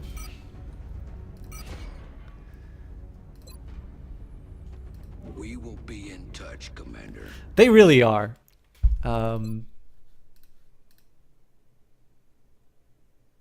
Now, I think MC11 said that he wasn't... You can now honor our soldiers by awarding them medals for accomplishments you deem appropriate. You can view and award medals in the barracks. He wasn't quite following the game, so my question is... The council is going to want satellite coverage, so we should plan our deployments carefully. I wanted to see if MC was still around and was feeling any better about the game. Okay, so Brazil's going to be a little bit of a problem. I might need to keep a satellite in reserve to protect them. Let's see. Arrived this morning, Commander. We're always glad to have more help down here. I need one more engineer.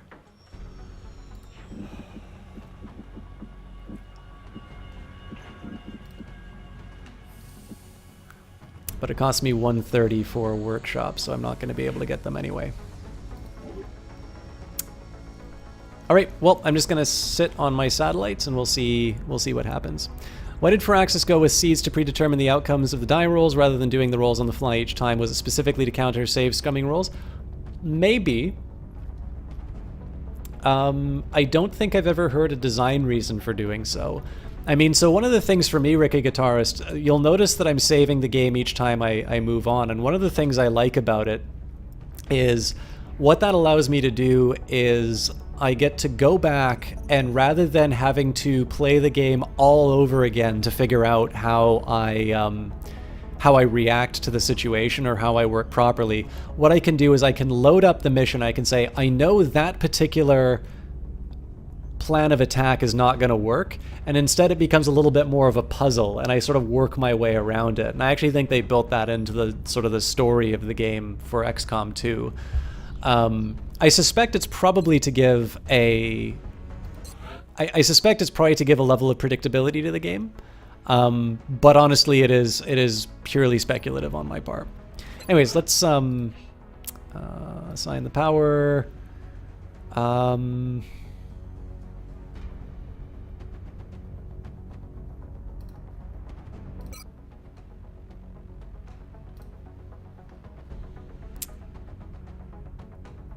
My assault's usually going to be up front, so...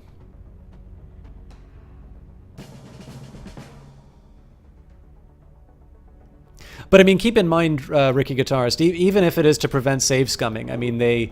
So one, my view is that it's actually, if you don't have a seed, the save scumming becomes the bigger problem.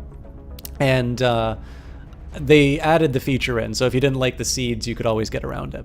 But of course, the seed is, in one part... I did save, right? The seed is something that features in the new DLC because there's sort of like a daily mission. Excavation contact detected. All right.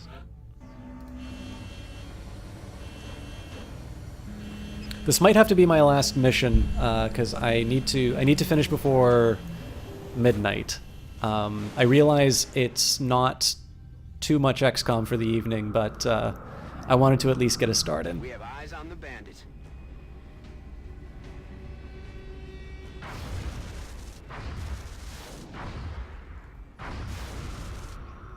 Right, Interceptor shot down the UFO. Surveillance indicates alien crew moving at the crash site. Interceptor sustained heavy damage during the encounter.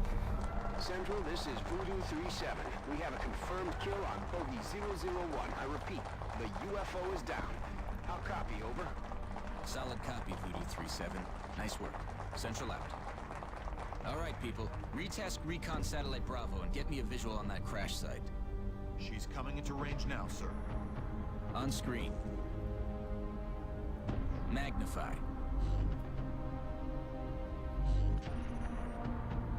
Are you talking about Enemy Within, or are you talking about War of the Chosen, like for XCOM 2? To the crash site immediately.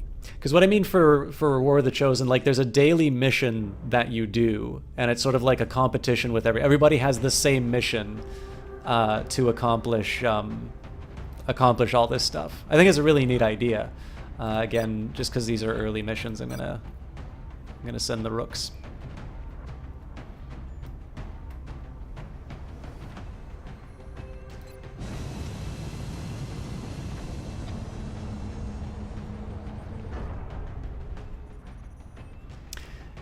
Yeah, I see.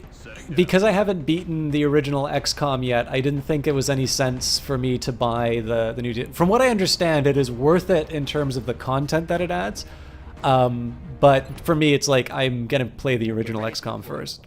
No point in buying the new DLC yet. It looks like the aliens went down in a sparsely populated area. If there are civilians in the area, I hope they stay clear. Alright, so I think this is the one where the... So the crystalline thing comes in. This might be a tricky one, because that guy's basically a one-shot kill. Strike one is in position to engage. Loud and clear, Big Sky. We'll monitor those readings from here. Strike one is authorized to assault the alien craft. Alright, have a great night, Mingo Duck, or Sir Mingo Duck. Great to have you as always, and I wish you a very good evening.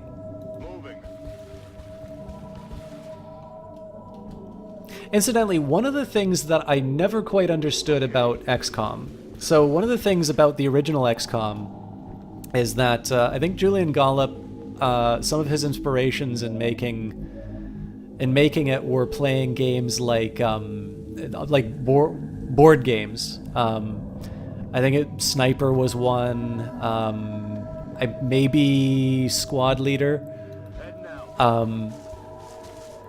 There's a few different games, and one of the iconic features of most sort of war board games are hex grids. And I know Civilization, the original Civilization, there was sort of a wish to make it on a hex grid, and I can't remember the exact reason why, but they ultimately decided not to go with it. So it's important to note, so what would I like to do? I'd love to move this guy way far up somewhere. Am I going to be able to do it? No. I don't have any safe place to put him, so I'm just going to keep him behind this tree trunk. That's going to suck in terms of trying to find the meld, but, you know, you have to weigh the risks. Actually, this is going to be just generally difficult for me to get people around next turn, but I am going to be in a good position to go after the craft. Unless the craft is not in that area.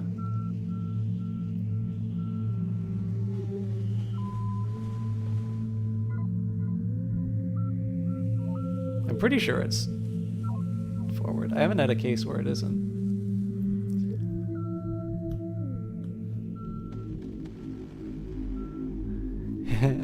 Yeah, it's a shame because there's so many really good games to play Ricky Guitarist, but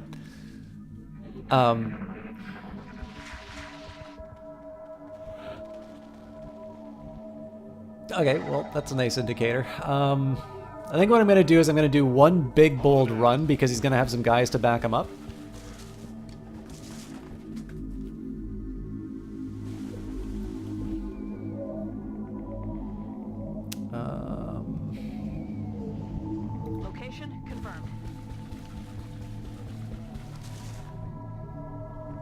I want to be a little more cautious.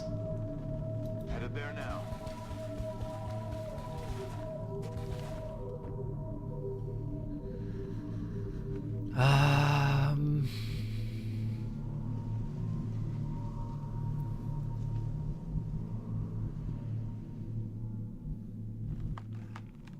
Okay, so what I'm going to do here... I'm willing to move out like this just to get a little bit of extra vision. You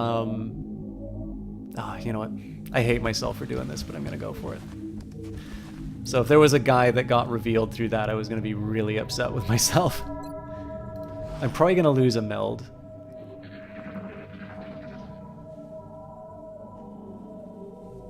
What's making that noise? Alright. This is going to be a bit of a dilemma for me just because I want to try and get the meld if I can, and I know it's off on this side, but I'm splitting my squad up a little bit.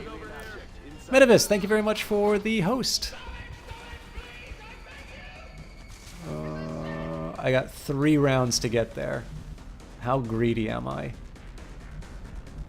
I think the answer is very. Actually, you know what? It's really not worth it. I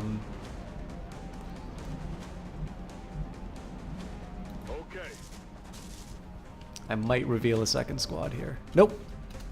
Got a nice flank though.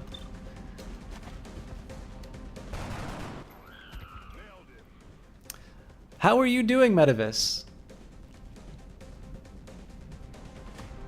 I feel like I need to give you a big, wonderful shout out, but I don't know what you have been casting lately, and I feel really bad about that. Moving.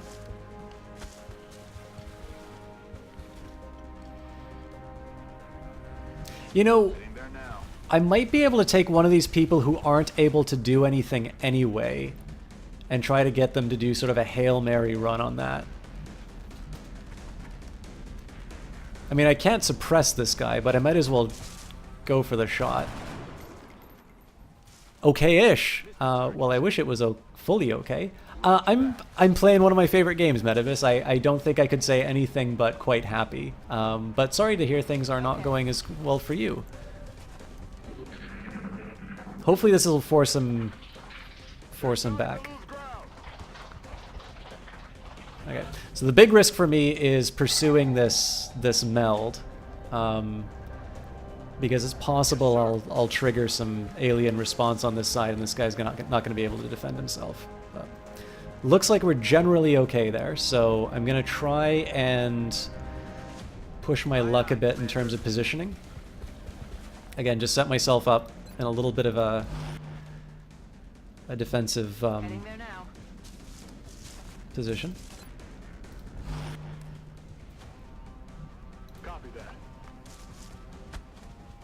So just generally, we're going to be able to cause them some problems from these places.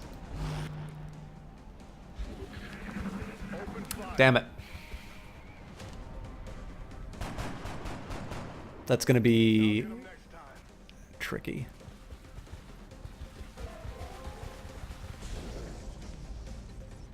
I think I can still get the meld, but this is going to be it's going to be a little ugly. That looks like the primary power source for the alien craft. I could only hazard a guess as to the amount of power it would have to be generating to propel that ship. I'd watch your fire down there. That equipment could be highly unstable. Got it. I am going to risk the Overwatch here. It's because that's heavy cover, but this is going to get a little gross with these guys, though. Heading out. Look sharp. Enemies rolling up. This guy's going to wreck me. That's a being of almost pure energy.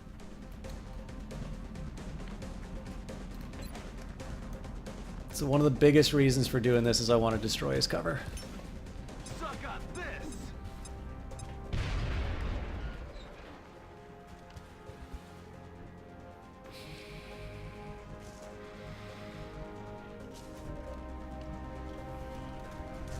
Oh wow, I still... There's nothing good about this one. You know what, I'm actually willing to put this guy at risk in order to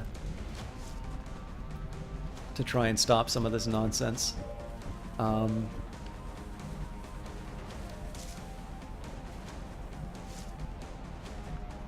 Moving to position. I mean, it'd be great to have the high ground and all that, but there's just no way I can justify the... Right, so at least I'll get 2.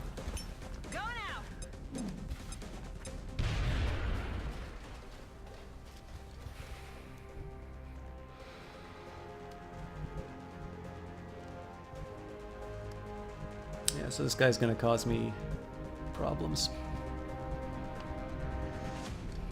What are my chances? Yeah, I don't want to... This guy can insta-kill just about anybody, so...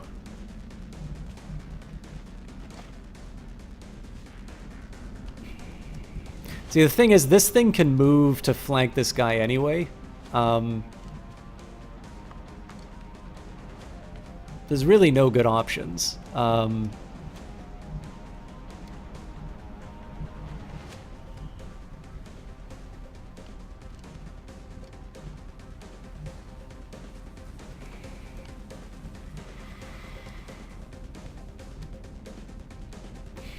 Well, you know what? Let's cross our fingers. Oh, thank God.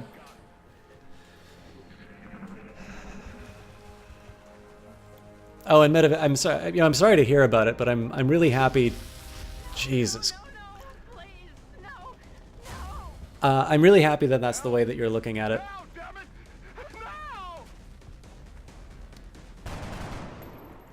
Because I know there's definitely it's not even a failing of people to look at it that way, but there's definitely a type of person who's going to dwell on that a little bit more than I think is sometimes healthy. It's more than one. The materials used in that vessel's hull must be at least an order of magnitude beyond any element we know. I thought that was going to be a better shot than it was. This is not going to turn out well for me. Headed there now. I think I'm just going to go for the Overwatch.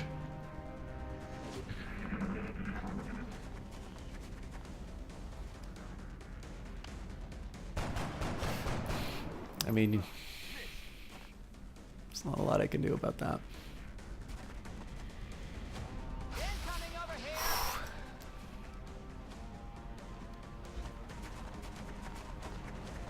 Of course he's going to sit by the power.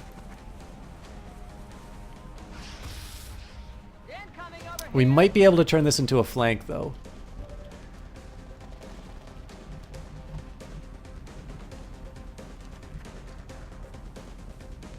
I'm on the move. Visual on the goods. Okay, I got 4 turns. Oh my God.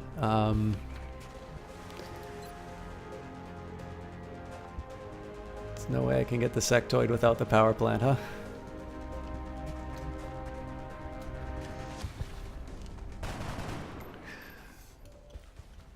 Shot wide. These guys are in some really tough to hit spots. Aye, aye.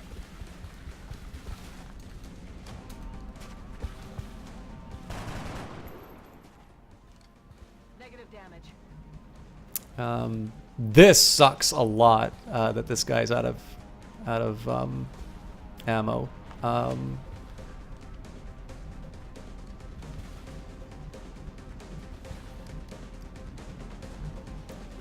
This is going to be a risky shot, but I think it's going to divide their attention a little bit. So the problem is this guy might actually move into position to try a flank.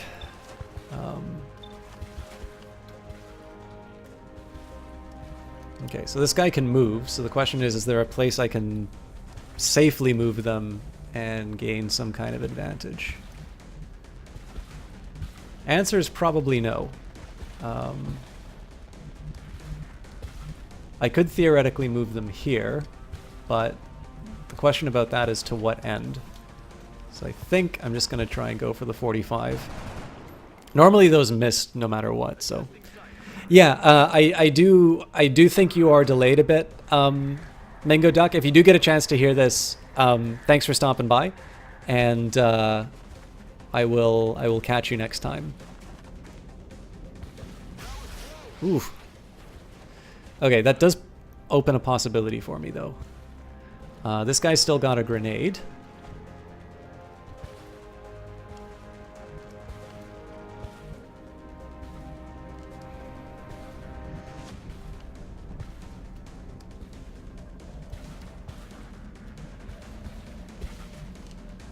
Okay, you know what? I'm actually going to do a bunch of really reckless nonsense.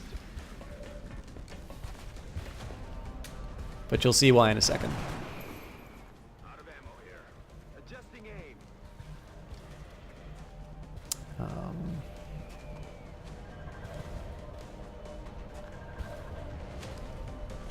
Heading to that location.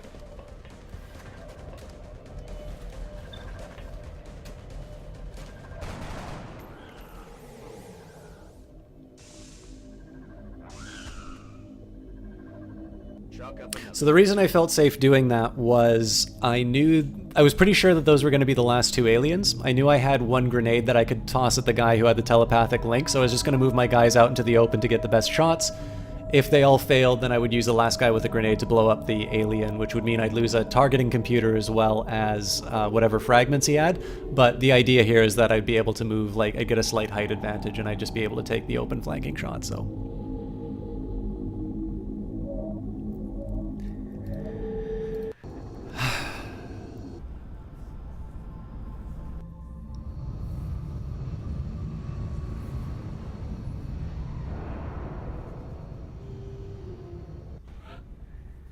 Cool.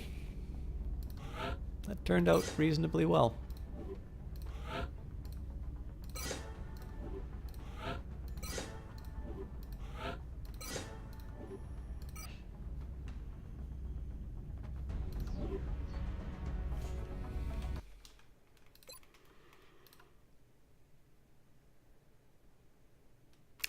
What are we looking at for time? I've got 8 minutes. Okay, guys. So I'm gonna say that is it for. I'm gonna say that's it for XCOM tonight. I'm sorry to make it a short one, but I do need to make sure that I am in bed at a decent hour. But I was sharing some clips. So for those of you who don't know, I mean, Jess really encouraged me to do XCOM because she really enjoys watching me play that game. I hope you guys too. I am particularly interested if you guys like my, I don't know, like my approach. If you happen to think that my XCOM casts are some of your favorites, I'm always going to put like a special priority to some of the things that Jess recommends for me. But I am curious if that's just a general feeling on what I do.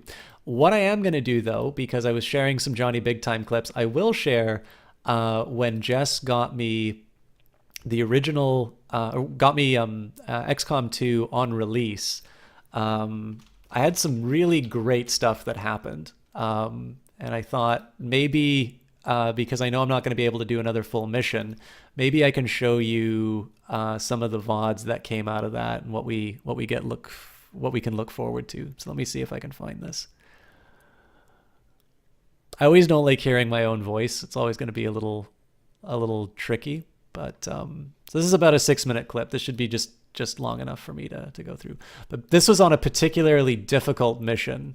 Actually, you know what? Let's show chat with it as well. But here was basically me playing XCOM for the XCOM 2 for the first time with Jess. I was having some connection problems with it. So there are going to be some lags, but this was just an absolute miracle that wound up happening during that mission. So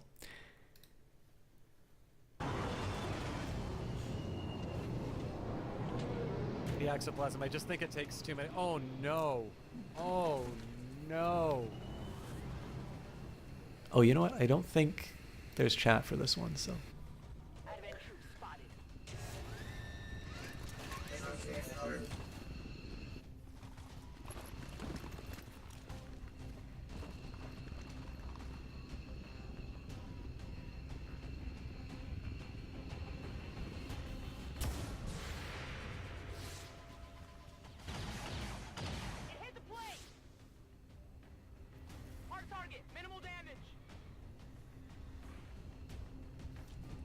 Okay, I'm pretty sure we can get the mission objective. I think everybody else is done, though. That is not good. Thanks a lot, British Andy.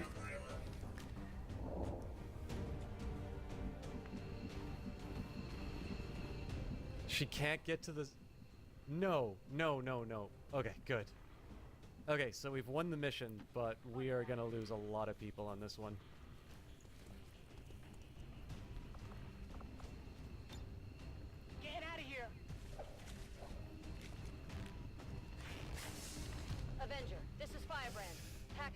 secure.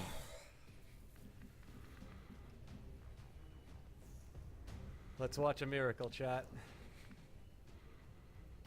Affirmative.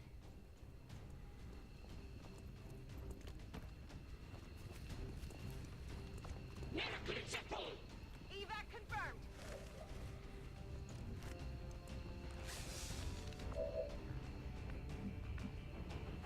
Oh, that's heartbreaking. That's one space away, guys.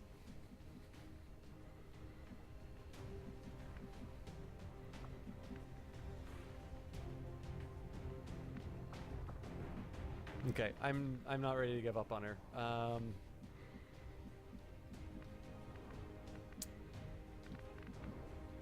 You are going to watch some MLG Lazarus Raising from the Dead. XCOM.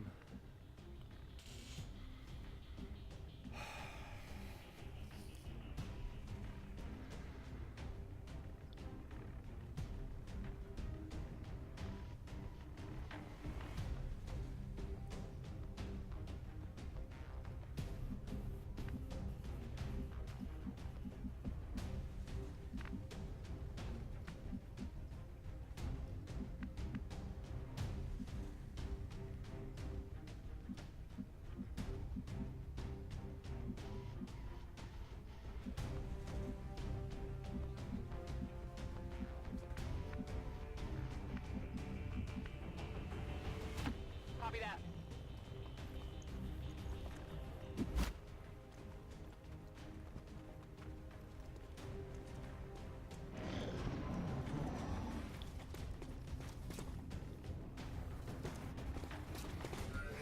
Ah, now that is unfortunate.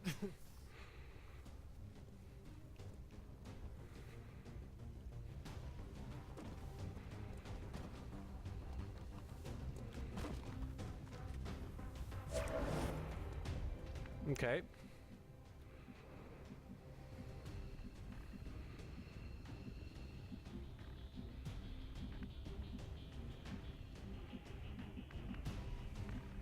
Dashing will give me an edge on dodging Overwatch. So what I wanted to do was use my aid protocol, but in this case, I think just a straight out run for your life. This is basically make or break. If I can get her around the corner here, she lives, but Overwatch might kill her. So, fingers crossed, chat.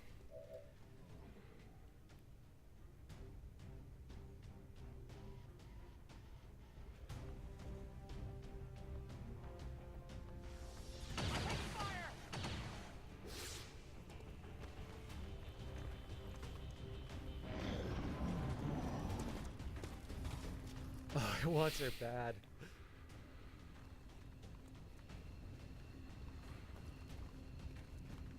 Oh.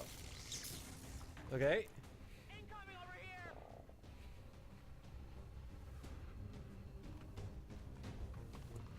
He's gonna Overwatch again.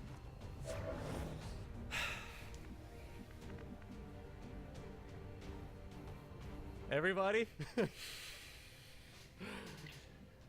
This is either gonna be amazing or really heartbreaking.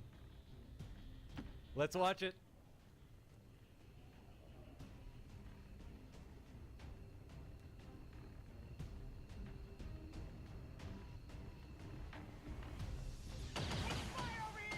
Yes! Yes!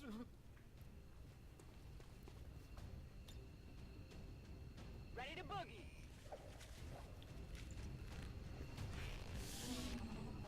All surviving XCOM operatives are secure. Firebrand returning to base. Yes! We just hit Advent where it hurts. This was a place no. So yeah, I mean, that is one of my favorite gifts to the cast, and it's why I really want to go back to this series. What I would have done if I could have turned it into a VOD, what I probably would have done was taken the mission music and made that play at the at the end. But yeah, I don't know if you guys want more of this. So actually, you know what? The lesson for this is actually really a really important one.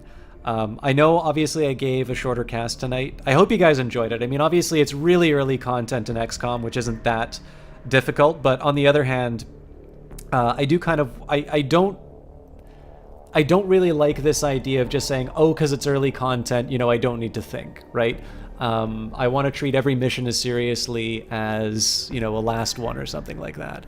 But it is important to remember, like, Jess put absolutely heroic efforts into reminding me that this is content of mine that she really enjoys. And she's one of these people who has a very special place in the cast in terms of, you know, her advice is something that I've always cherished. But it's important to remember, like, even if it doesn't seem like it at the time, I do read your guys' comments on the cast, and I do take it to heart. And there's lots of different reasons why I don't necessarily implement them at the time. But there is, and I think Jess can actually attest to this, there's actually a little list that I keep for the cast in terms of things that I might do next. And yeah, I do need to go to bed. Love this music. But yeah, like, again, this is one of these ones where, especially because Jess let me know exactly what it meant, and I definitely, I mean, I love XCOM. I really think this is just a tour de force. And one of the reasons why Jess got me XCOM 2 was because she knew exactly what I thought of this series. And as a result, the value that, you know, the value to me has grown that much more because I have that personal connection with her and that association that I make. And, you know, one of my favorite, even though that clip is marred by dropped frames, like, that is still one of my favorite moments in casting. Was the outcome for that mission. So Jess's persistence and the fact that she's so open in terms of sharing that material, like, that's what has got me casting this game again. And as long as you guys enjoy it, I'm going to keep doing it. And just like anything else, if there's a game or a particular type of game you like to see me do, anything along those lines, this is stuff that I really do. Like, I really do factor that into my thinking, even if it means that you need to wait a few months before you see the end results. Like, whenever I take time off of cast or something like that, it's usually preparing for something like that. So, yeah. I hope you guys like XCOM, because I'm going to be doing it for a little while. Not exclusively, obviously. One last thing to mention, I've been bad in terms of doing casting. So, like, obviously, things didn't turn out on Friday, and then I wasn't able to cast on Monday. I had to do a short cast tonight, and Friday I'm going to a comedy show. Last time, so I went to this comedy show last year as well, and I managed to get back in time to do another cast. So what will probably happen on Friday is a late night cast rather than no cast. But as always, we'll follow through on Twitter for that. But after that, whether or not I manage to do a makeup stream on the weekend, I am going to be back on track. So Monday, there'll definitely be Stellaris. Wednesday, I'll almost certainly be back to XCOM. We'll be doing plenty, we'll do plenty of this stuff. But anyways, guys, I love this game. I like that you guys like it. And I think we're going to have some good times and hopefully get some clips out of it. So thank you, everybody. And we'll see you all next time. Yeah, Custom Games, I gotta go. Let's find somebody to host, though.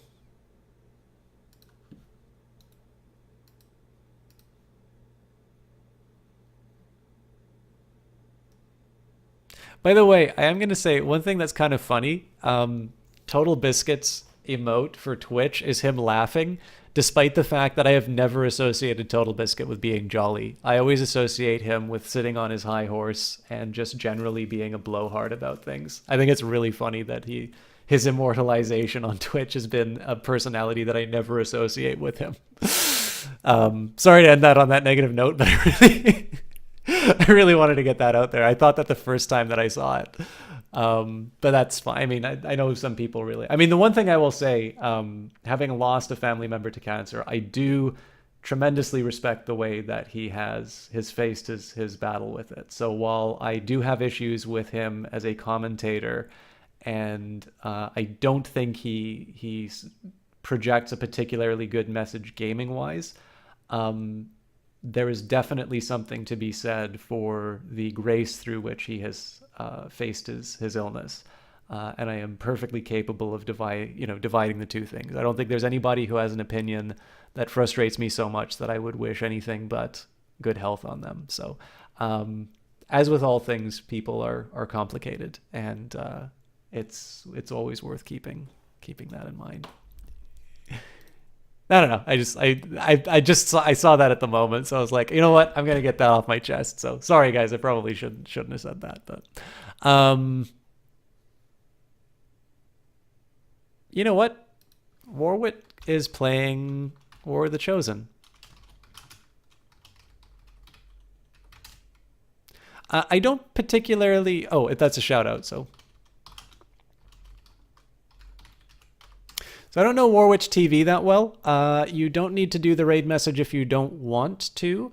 But he is playing XCOM 2 with their new DLC, and I know some of us were on the fence about buying that. So I think that would be a great way for me to end the cast. I hope you guys enjoy him, and we'll see you all next time.